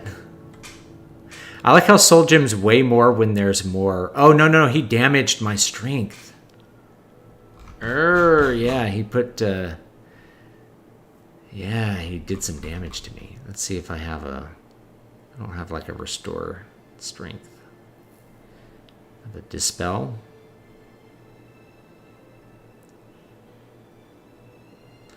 I could fortify my strength and get out of here and like get a blessing real quick. I don't have to drop all my stuff. Let's see if Dispel does this. Do I have a disease?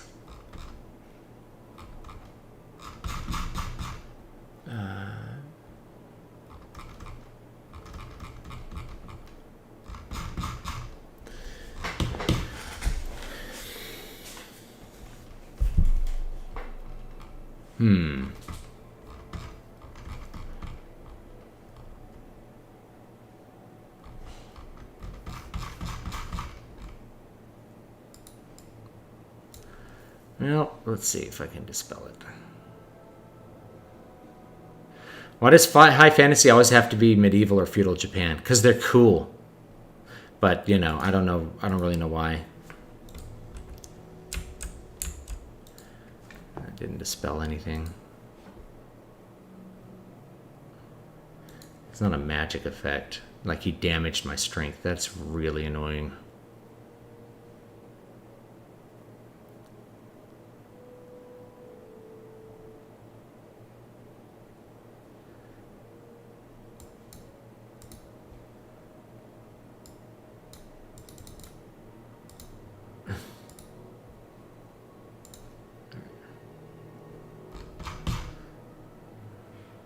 That's right. Just click it.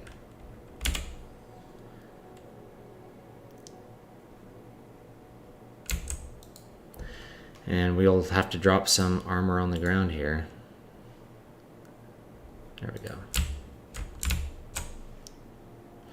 Well, I'm in Ebonheart. That's crazy. Alright, let me grab this. Yes. Restore attributes. There we go. Talk about annoying.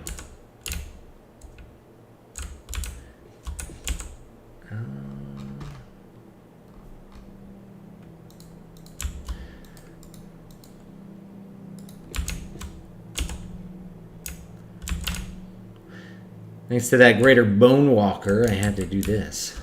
See if someone can tell me where to travel out of here. I don't remember anything. Are you ready for a straight? Oh, good. I could use a little help here.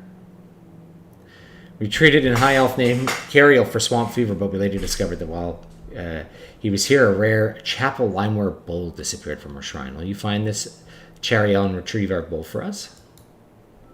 Alright. Okay. Why not? Is there some travel around here? Oh, spell making. Oh. Barter.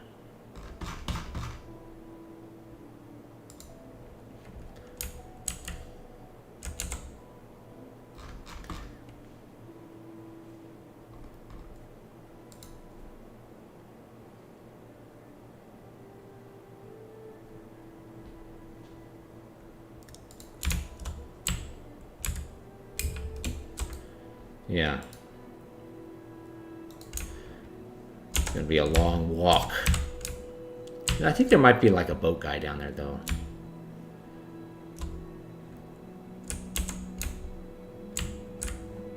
Oh, this is where they live. Here we go. Can I rest in the bed here? I'll rest in the bed.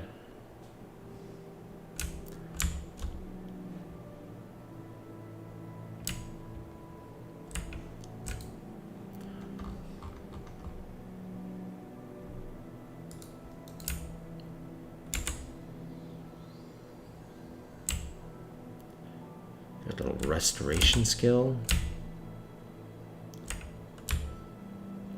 Look at that skybox. Quite beautiful. You know? The Grand Council Chambers. We can go in there and check it out.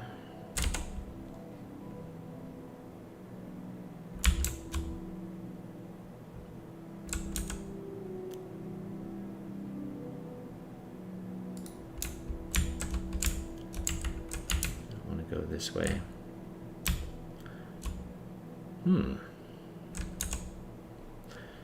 Welcome to Ebonheart, capital of Vardenfell district.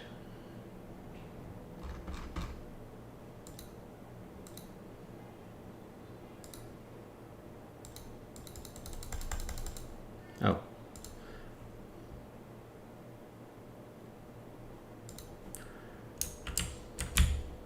Yeah, I'd like to see more African fantasy. I'd like to see more fantasy from, you know, maybe some other things, but I don't know. You know, I think it's part of the mythological thing. A lot of authors, their home mythology is European, or it's Asian, and I don't think there's anything wrong with that.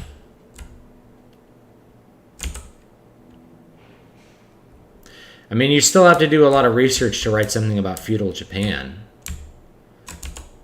I think which is why it's often so wrong. People tend to get it very wrong. Having written a book that, having written a Japanese fantasy book,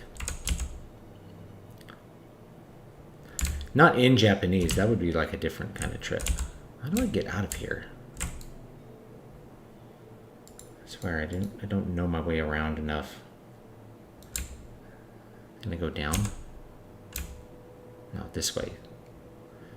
Is this it? I think this is it.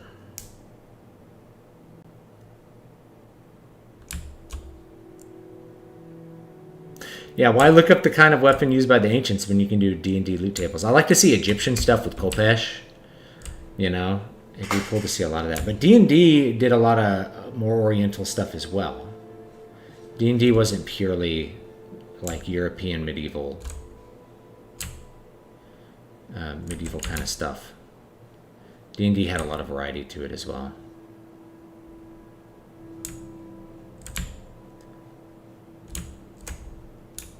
Fish.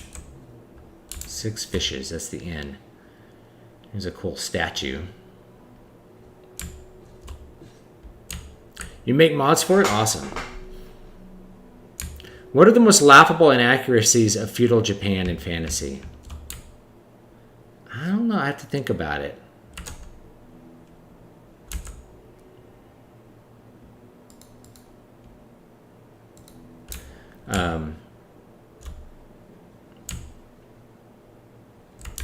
Where does she go?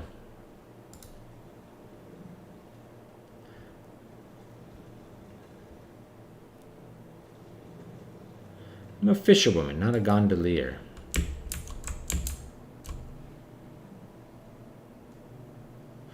Maybe if you bribe her, she'll give you travel. Let's try that. Where this one goes. Let's talk to people here. I'd like to just get back to the city and get back to what I was doing. Vivek, foreign quarter. We'll go there.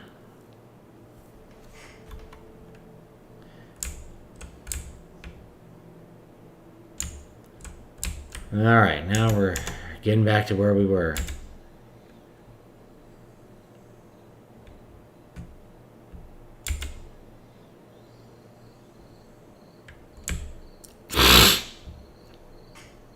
You know, what a lot of people think of as medieval is also 1,000 years or more of history. It's a lot of technological innovations, not static. Yeah, it's like the idea of a plate-wearing knight You know, plate was pretty much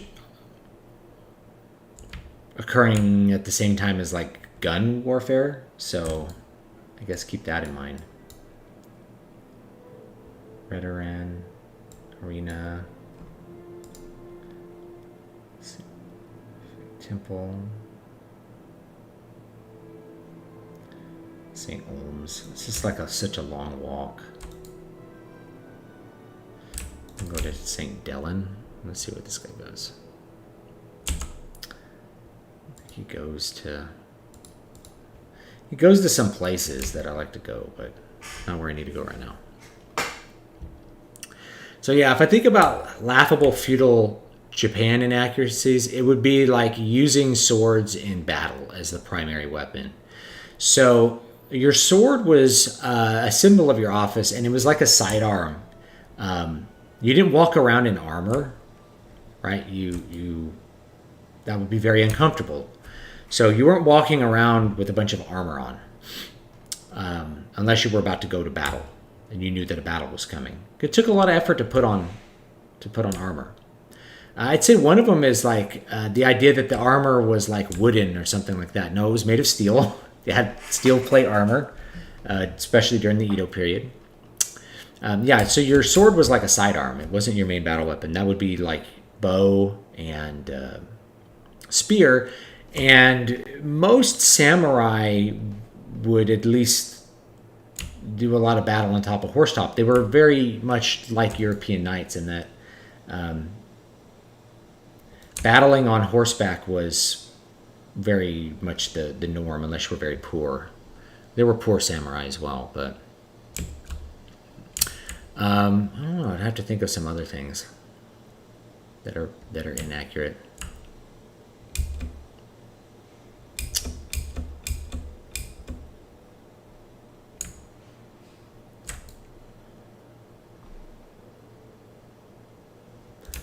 Go over here to St. Olaf's. Back to St. Olaf's. Quick save. You never know when a crash is going to happen. Yeah, medieval politics tends to be very hilariously simplified. That's the other thing about Japanese politics, feudal politics. They were really complex. Ridiculously complex. Committing seppuku was very rare. It wasn't unheard of, obviously, but pretty rare. All right, now we can talk to this guy.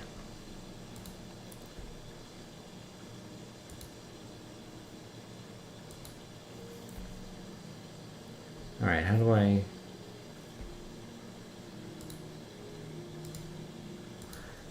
take care of this guy?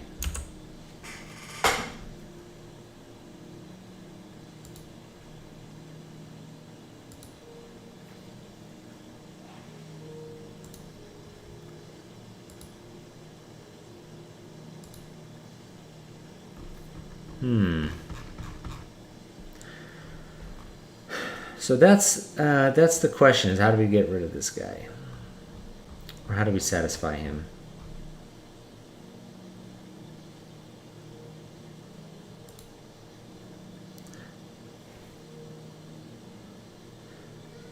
Hey, let's give him Tinkle.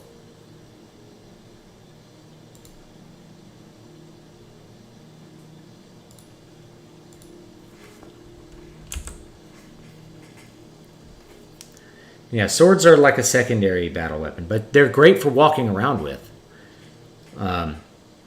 Yeah.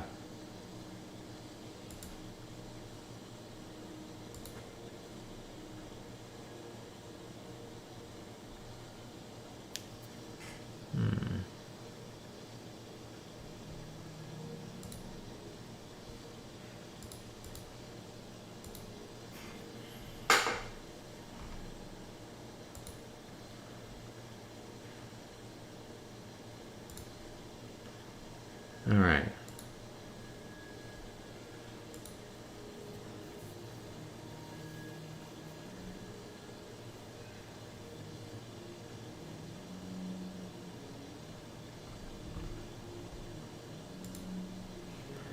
Let's see what this guy's got here.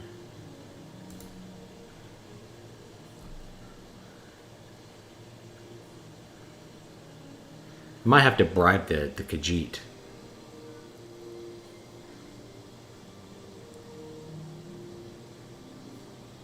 Yeah, swords are cheaper. They're easier to fix. They have longer reach. They're just, I mean, not swords, spears. Spears are just a better, they're just a better weapon.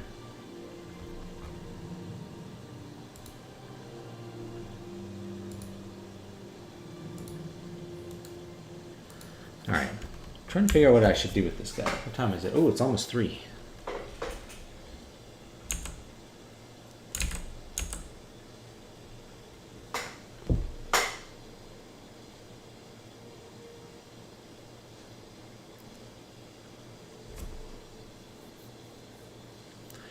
Why did Khajiit have such bad breath? Because they're licking their butts all the time.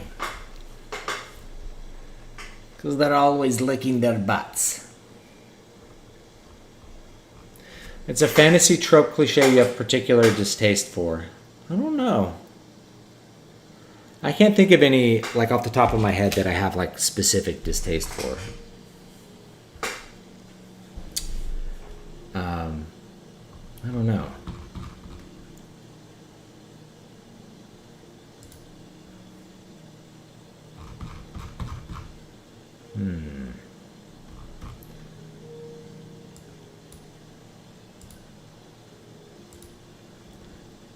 All right.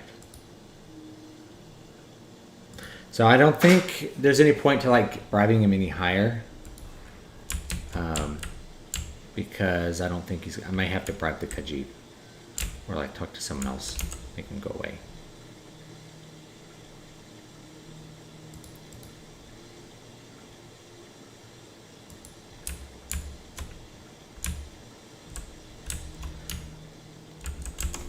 I mean, I could kill him. Because I could kill him, but that's kind of dumb. Alright, maybe go over there and bribe her and she'll tell us what's up. Shield maidens, yeah, like women fighters are pretty rare. They're going to be pretty rare historically. So they're always in fantasy. I don't really hate it though. I don't necessarily hate it. It's not something that like I think like, oh, I hate that.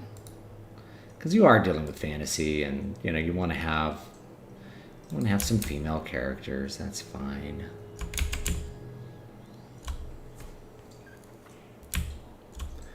And it's finding like appropriate roles for them, I think is tough for people. Roman strategies changed.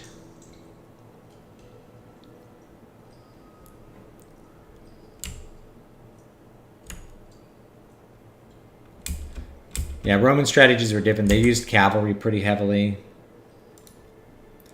Maybe we could just give her 10 gold. Alright. Oh. Alright. Yeah, the collectors. Emperor has allowed trade in many things, like Dwemer artifacts and ebony, and a census and excise agent will enjoy being a pest about such things. For several reasons, the census and excise agent is not Adherinir's favorite person. If you want Adherinir to help you, make the bad agent go away. Then she will tell you things.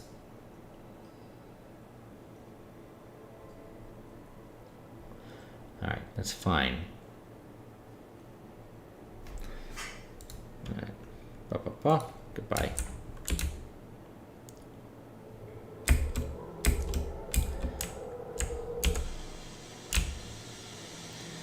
Yeah, I wouldn't ever focus so much on setting or like those sorts of things that you cut the fun out of what you're doing. Now, I'm going to probably go back in here.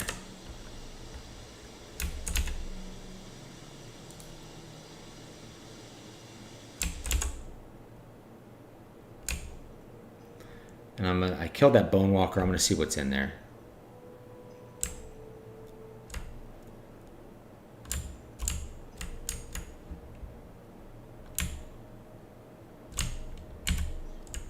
Here's another one. There's more bone walkers.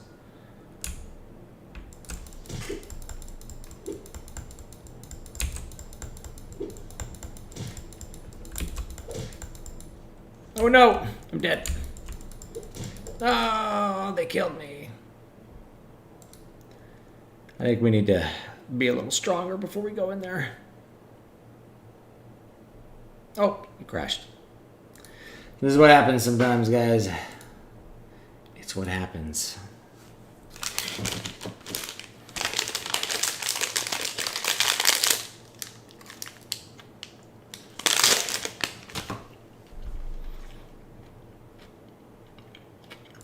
I make most of my female fighters just mages. Magic. That's how they do it.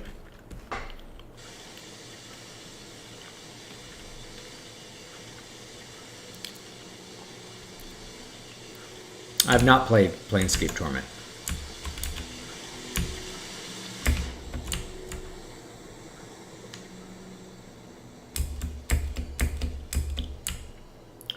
Here we go. You know, there's like a VR. There's a VR fork of Open Morrowind you can get. And I was like, man, I don't see the point of that. This game's not very interactive in that way.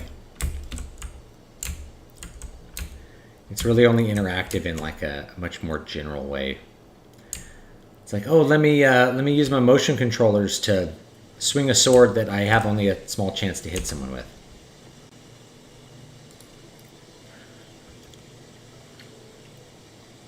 Ooh. We don't want to tell him where she is. Right? What a disappointment. But thank you for your time. I was just heading back to the mainland myself anyway, and maybe I'll run into her there. He's a trainer.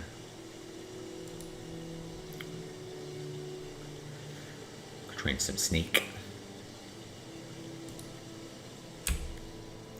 Or some speechcraft, you know. When it's cheap to train speechcraft. Okay. Now we just go back down and tell her I told him to go.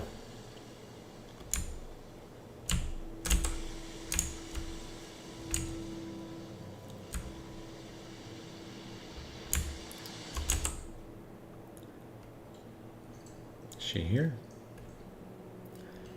She's on the other side.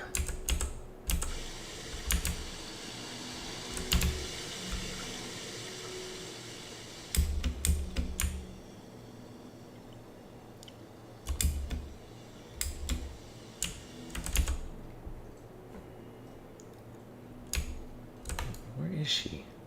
Where am I? I'm in the like exact wrong side. I gotta go up, go to the other side. That's gonna be the quickest way. And this game is like, these buildings sometimes are quite maze-like, so finding your way through them can take a little while.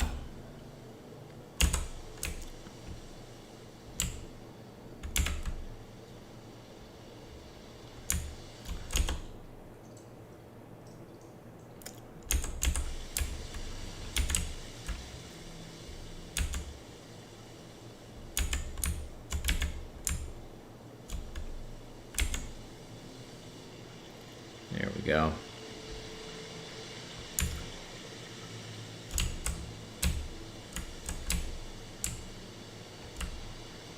Here's our trapdoor. There she is.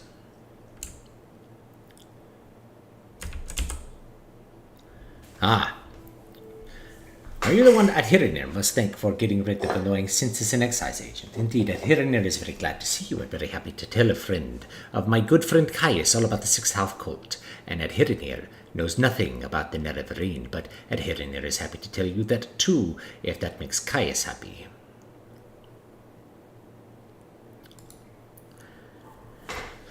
This Adhirinir knows about, because it is about smuggling. Some smart smugglers are suddenly too busy for their old clients because they have a new employer, the Sixth House, who pays very well. But what do they smuggle now? Adhirinir does not know. Because they are very secret, and this is odd because these smugglers are always loud and bragging. Now they hush up like fat-bellied kitties full of sweet meats. Yes, Adhirinir knows this Nerevarine cult is just silly superstition, but you can tell Caius this. Nobody in her right mind pays any attention to this moon yowling. Prophecies and ancient heroes reborn and other Silliness. Fuzzy tails for little kitties. Alright. Boom. Alright.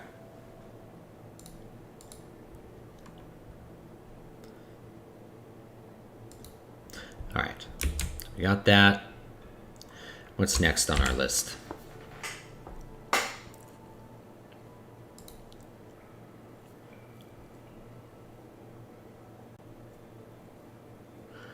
Alright. Hulia. And the Temple Priestess.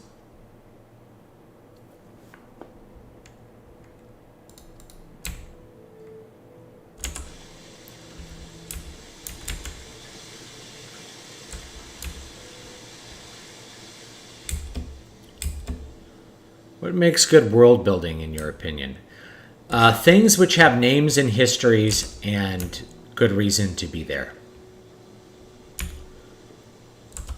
That makes good world building. You don't need to be super complex with your world building.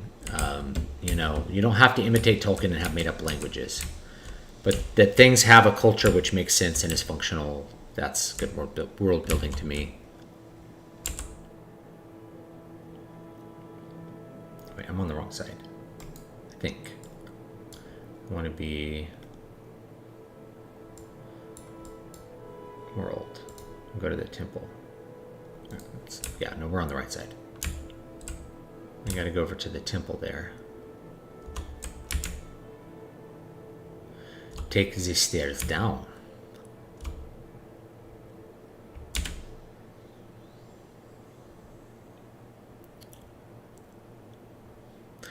So yeah, you don't have to be real complex with world building, but you just want things to have an internal consistency and a reason to be there, right?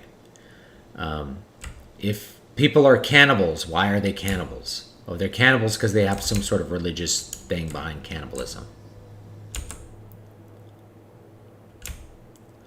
That's why.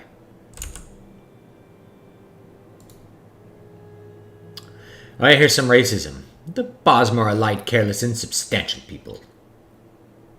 Strambero. I've seen him in the St. Olms Canton.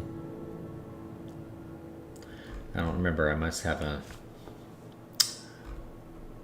I'm looking for...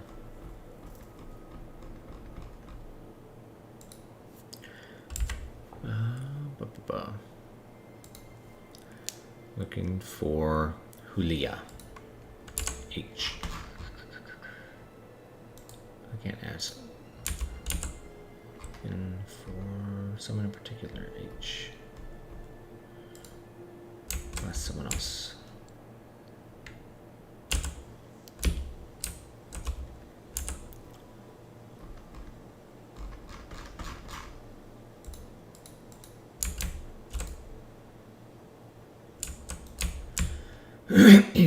Look at that rock up there. That's cool.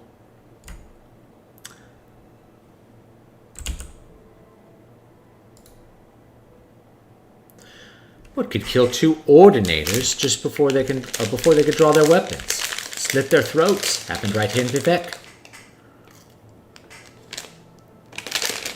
Must be a sorcerer or vampire.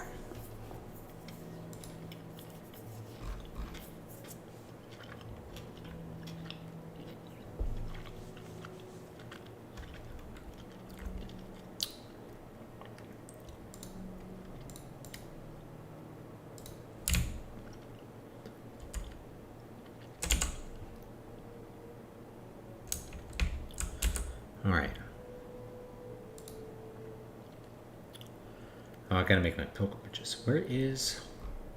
Can I ask about her?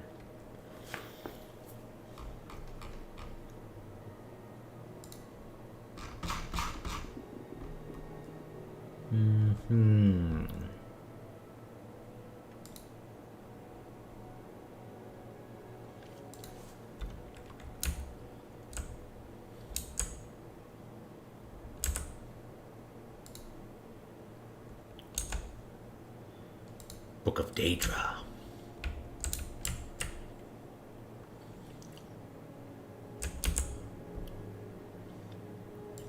Yeah, you can enchant stuff.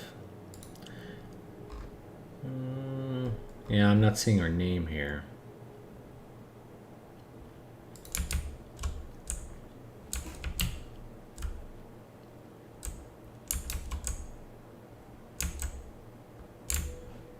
St. Baloth, St. Vilms.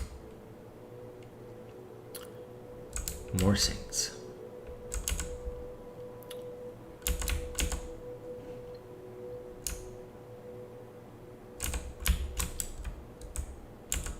Aristelas.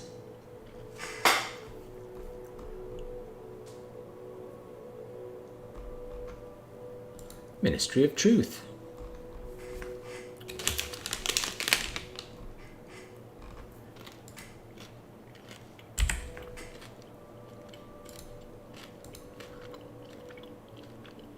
Oh, I'm looking for the wrong person. Maramilo. All right.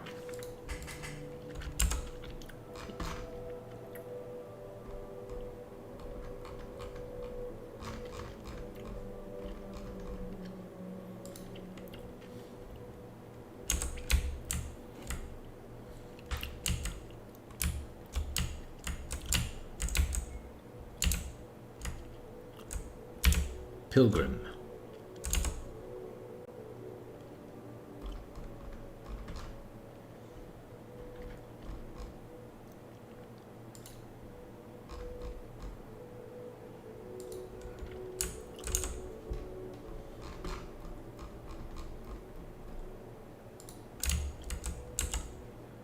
Saint Nerevar.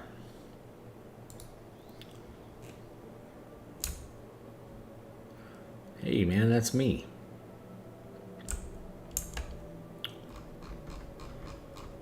Milo. Yeah. Can't ask about her. She's gotta be around here somewhere. Should break down the lock. People tend to get a little bit upset when you break down the doors.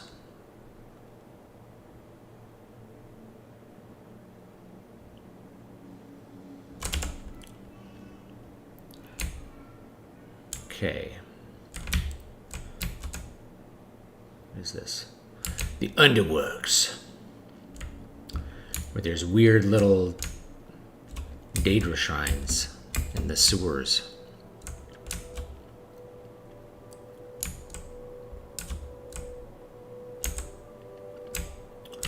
Hall of Wisdom. Okay, guys, out of my way. Library of Vivek. There she is. Yes, I'm Miramilo. Kaya sent you. Follow me into the back of the library. We can't talk here. All right.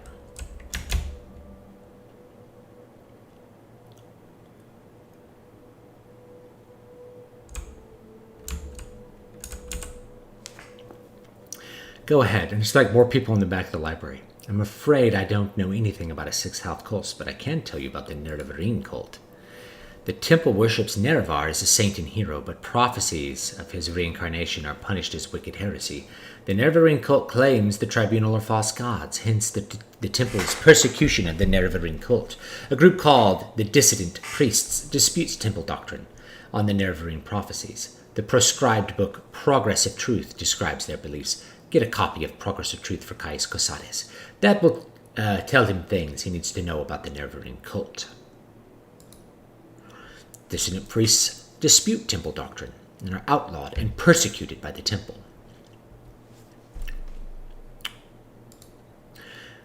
This book lists the disputes of the dissident priests with tribunal temple doctrines. The temple has outlawed the sale or possession of the book, so it will be hard to find. We have a copy here, but I fear I'm being watched by ordinators here. A safer plan would be to search local booksellers. Some booksellers ignore temple bans on outlawed books for profits or for principles. All right.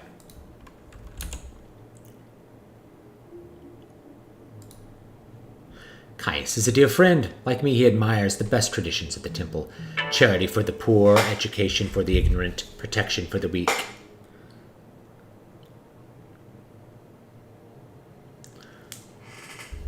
He is a Westerner, but he has come to love our land and our people. But like me, he distrusts the arbitrary power of the ordinators, and like And like the dissident priest, he suspects the temple is hiding something. He serves the emperor, but he also loves Morrowind, and he sees the failing virtues of the temple as a threat to Morrowind's political stability. All right, cool.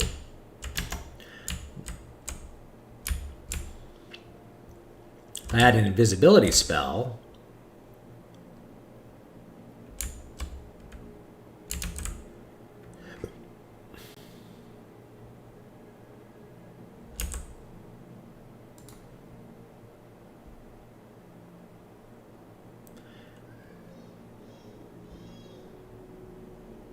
Brothers of Darkness. The Changed Ones.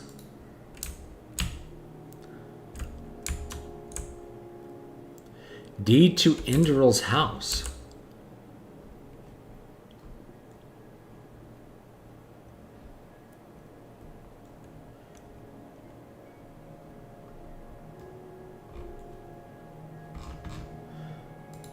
I need that for a quest. Darkest Darkness.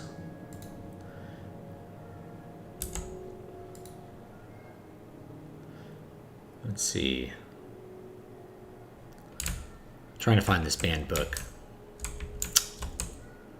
House of Troubles. Hey brother, what you reading?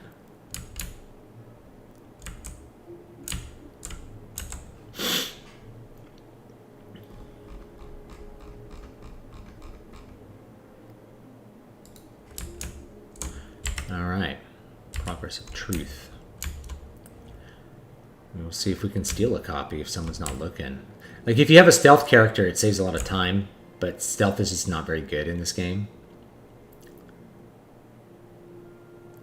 Unfortunately, it's just not nearly as good as other games. Progress of Truth.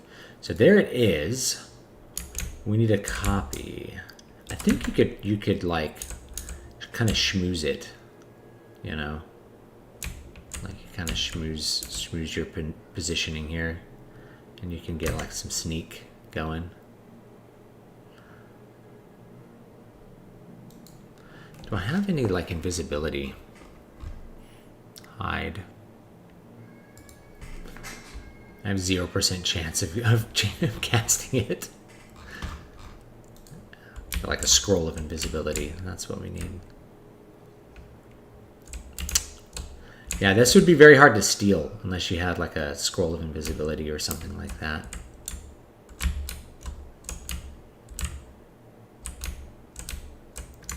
Be quite difficult to steal. Or you could steal it, drop it, pay the gold. You could probably do something like that. And just like pick it up off the ground. But I'm wearing a lot of stolen gear, so I don't want to do that. Did I forget to put my chest piece back on? There we go. All right, well, let's get out of here.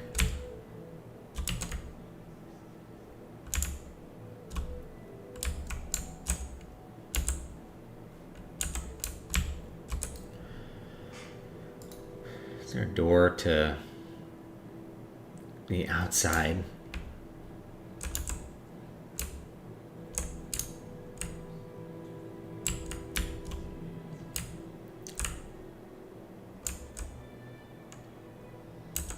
The Canon office.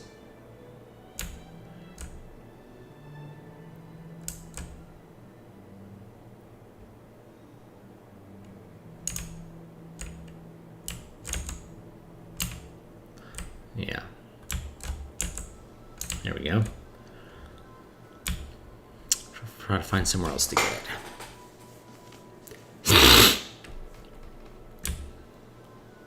Yeah, so somebody made a point here that like the ancients made a connection of like certain degenerate acts. So one of the things that people oddly bring up is that like I think it was Nero.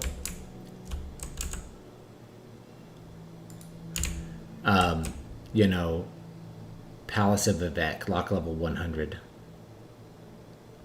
I think there's a way to get down under there and actually talk to Vivek early, but I don't remember how to do it.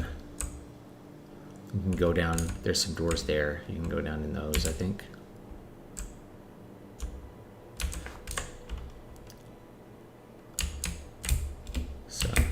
think you can get down there and talk to him early.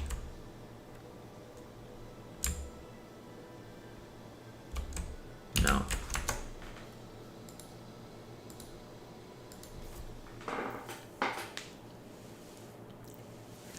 So yeah, they had Nero like marrying a man while he was dressed as a woman. This was not to show that the Romans were like somehow accepting of that. Cassius Dio wrote about that basically to show how depraved Nero was. That Nero was this depraved madman who would completely upend Mos Maiorum, who would do something like degenerate and disgusting and make people clap for him while he married like a castrated, either I think he had like a castrated slave that he treated as a woman, and then before that he dressed as a woman and married a man. So you get those kind of things.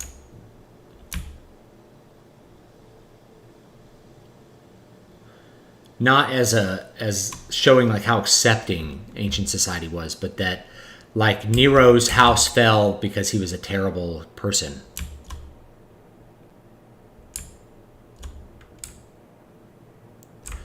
Modern villains, yeah. So, a lot of times there's the attempt to make villains relatable or understandable or excusable on some level. And I think it's better to just have them be evil if possible. A truly evil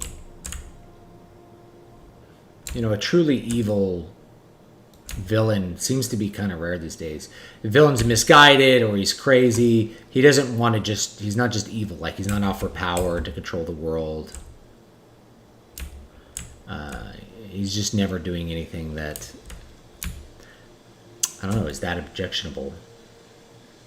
Glass workers.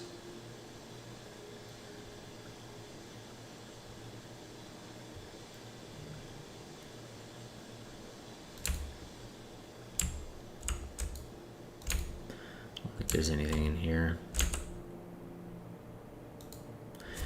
There's it's stuff like what was that show?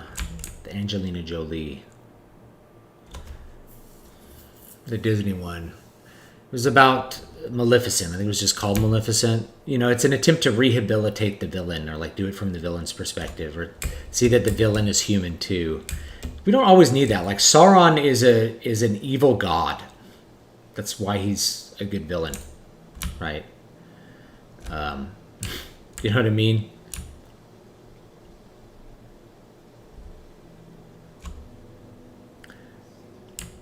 Good villains need to be a threat and be unreasonable. In my opinion, that's what's important. I think someone in here maybe sells the book. Let me look around. Trader, there's a bookseller in one of those. I think maybe in the foreign quarter there's a bookseller.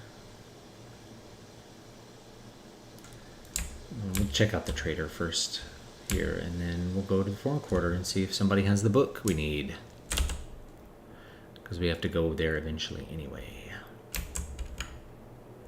Oh, I forgot I dropped a bunch of stuff on the ground there.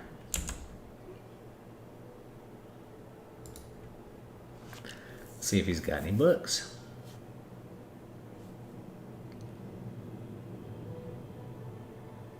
Both of these will give you a skill up.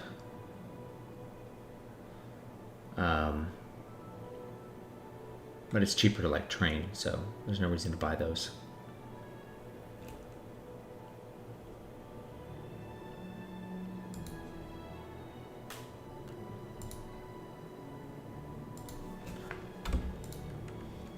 Look at all the alchemy stuff I left sitting around here. Moon sugar, some alembics and stuff. Rain fatigue. Ooh, Sujama. Got some Sujama there. Pick that up.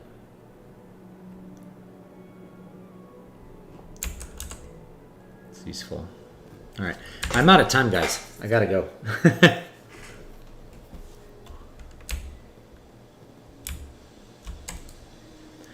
That's why Training Day works so well. We struggle to dislike him as Ethan Hawke tries to make sense of his moral conflict.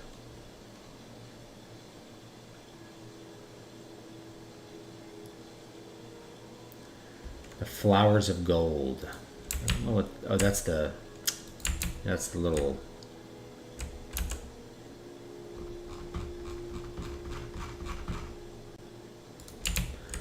That is the inn, so we can go over to the inn. The thing is that most villains are not nuanced. Most villains aren't nuanced at all. They're just like, oh, he just, you know, he's bad because he had a bad upbringing or something. It's like, no, well, you have to have him do something bad. Or he's trying to do good in the world. He thinks he's good. Okay.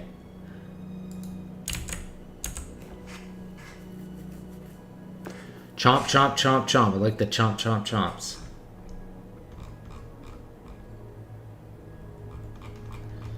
Sometimes these guys know stuff.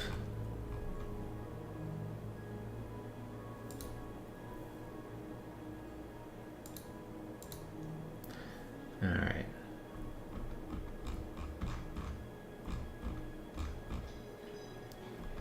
Progress of truth there. Sometimes, you know, someone will tell you about it.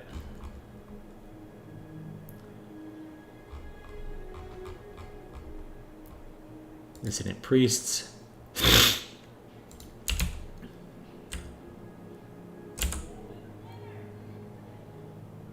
What training does he have? Good training. Medium armor. There we go. I actually do want to train medium armor quite a bit here.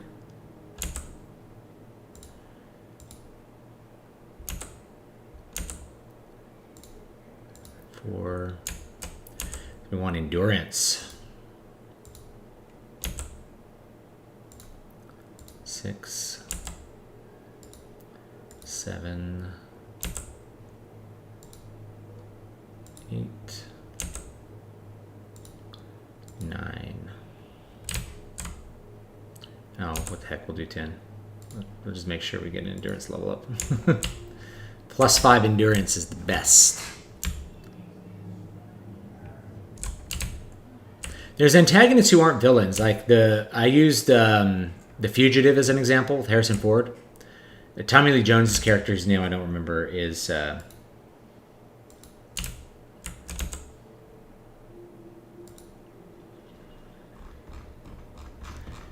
example. He's a good guy, but he's the antagonist of the story.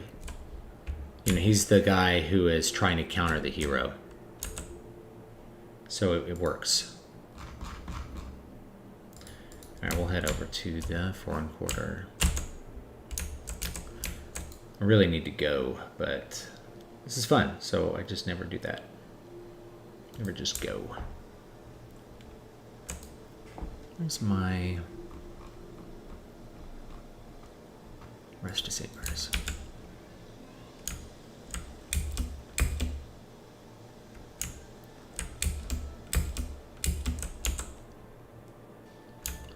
Got some acrobatic skills. Are they high enough to jump off here and not die? Let's find out.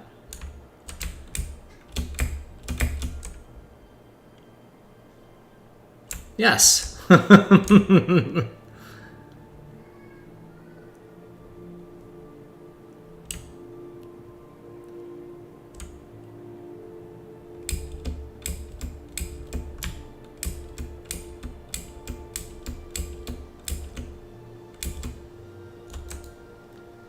Let's see. Am I in the front quarter? Yes, I am.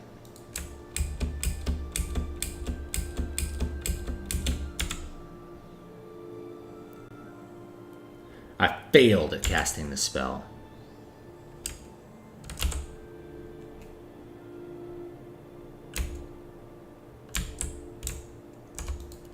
Let's see. Enchanter. Alchemist. Rare books. I can get the rare book from him.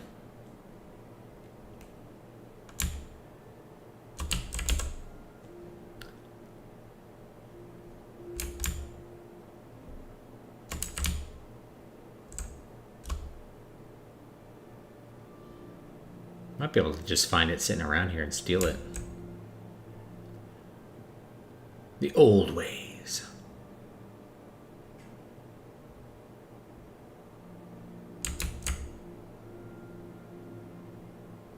Skull.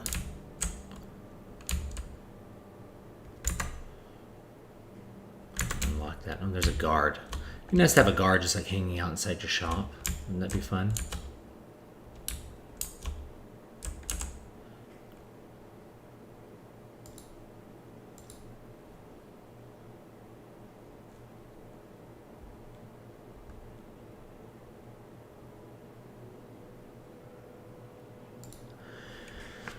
I'm going to see if he has it.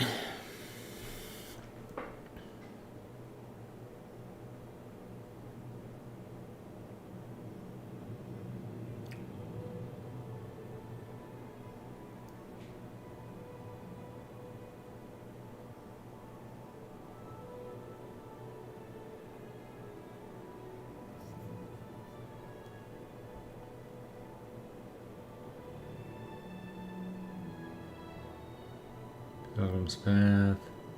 Real Berenzia.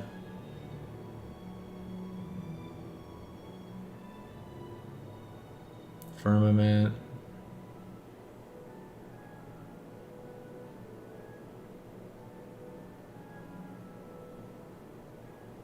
There it is. How much is it? 159? No problem.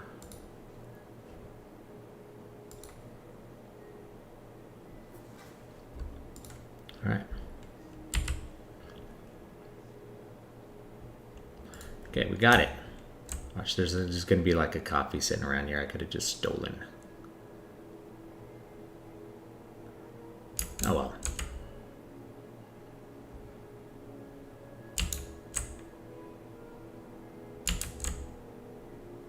Vivek and Mephala. So you can read these and get like background and all kinds of cool stuff. There's no such thing as a perfect evil system. Because it wouldn't serve the good. It'd just be an evil system. So it would be bad no matter what. Alright, need to find...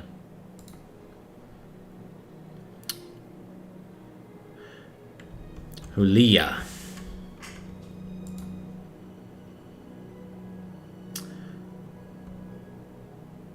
Black Shock. Corner Club. Alright. That's easy enough. Then we'll have this quest finished.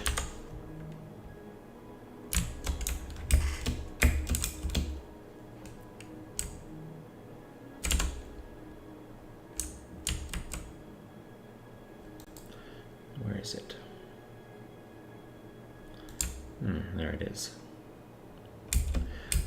Bouncy, bouncy, bounce. Bouncy, bouncy, bounce. Bounce, bounce, bounce, bounce. Jumping, jumping, jumping. Jumping all around.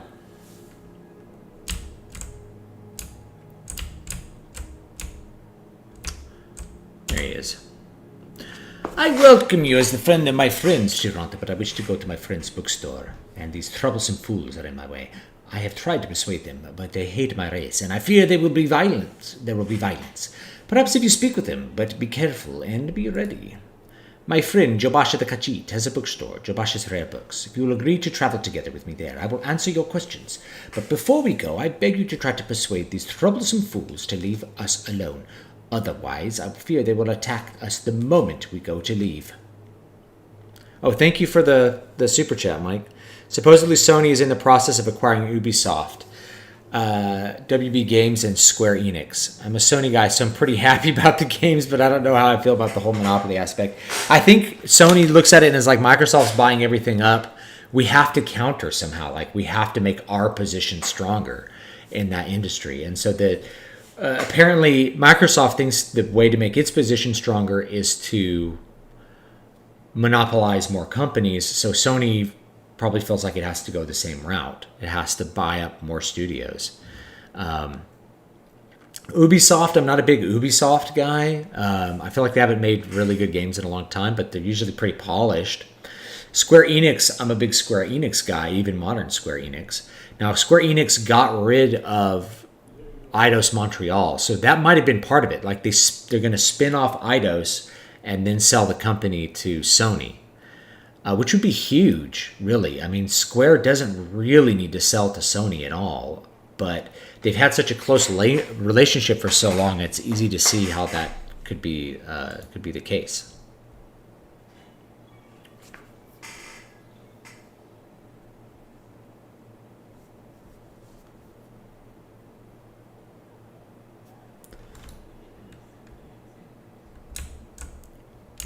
Who are the troublesome fools?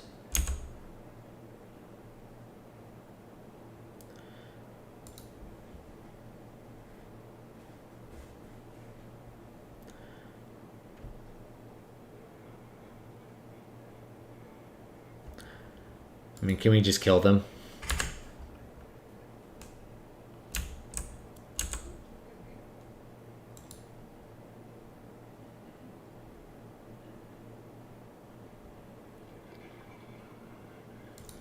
We can give him 10 gold.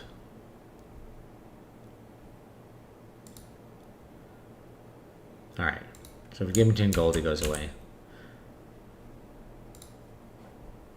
What about this guy? Is this guy racist too? Filthy lizard. Persuasion. We'll try it again. Okay. Filthy lizard. Alright, this guy, filthy lizard. We'll just give him 10 gold. Give him 10 gold. Bribe him 10 gold.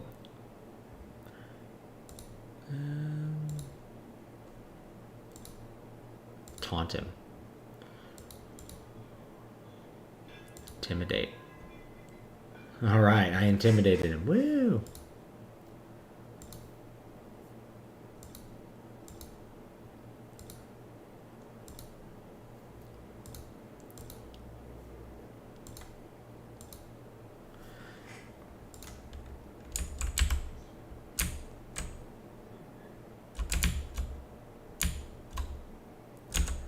Alright, let's see here. Travel together. We leave through the door to the foreign quarter wasteworks. Turn right, blah blah blah. I know.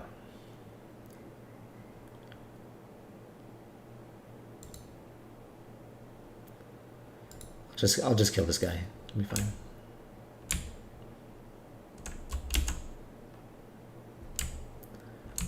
Alright. No, he didn't do anything. Nothing happened.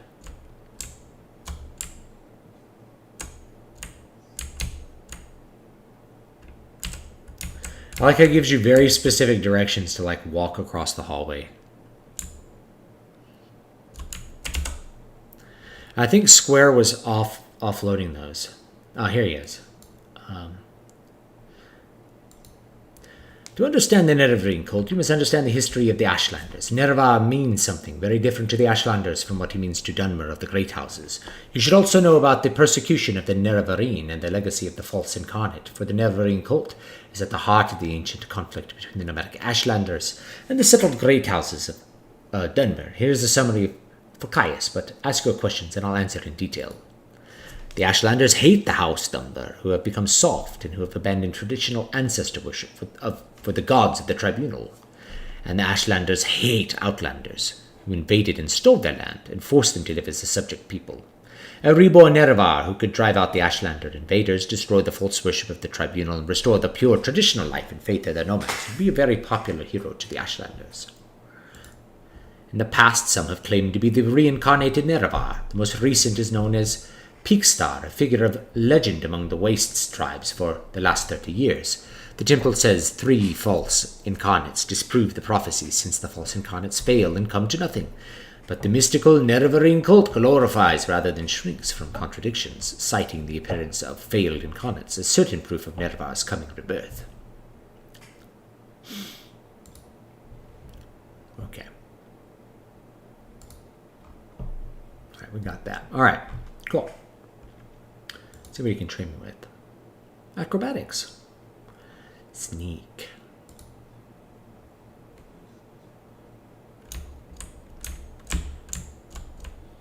Alright. Okay.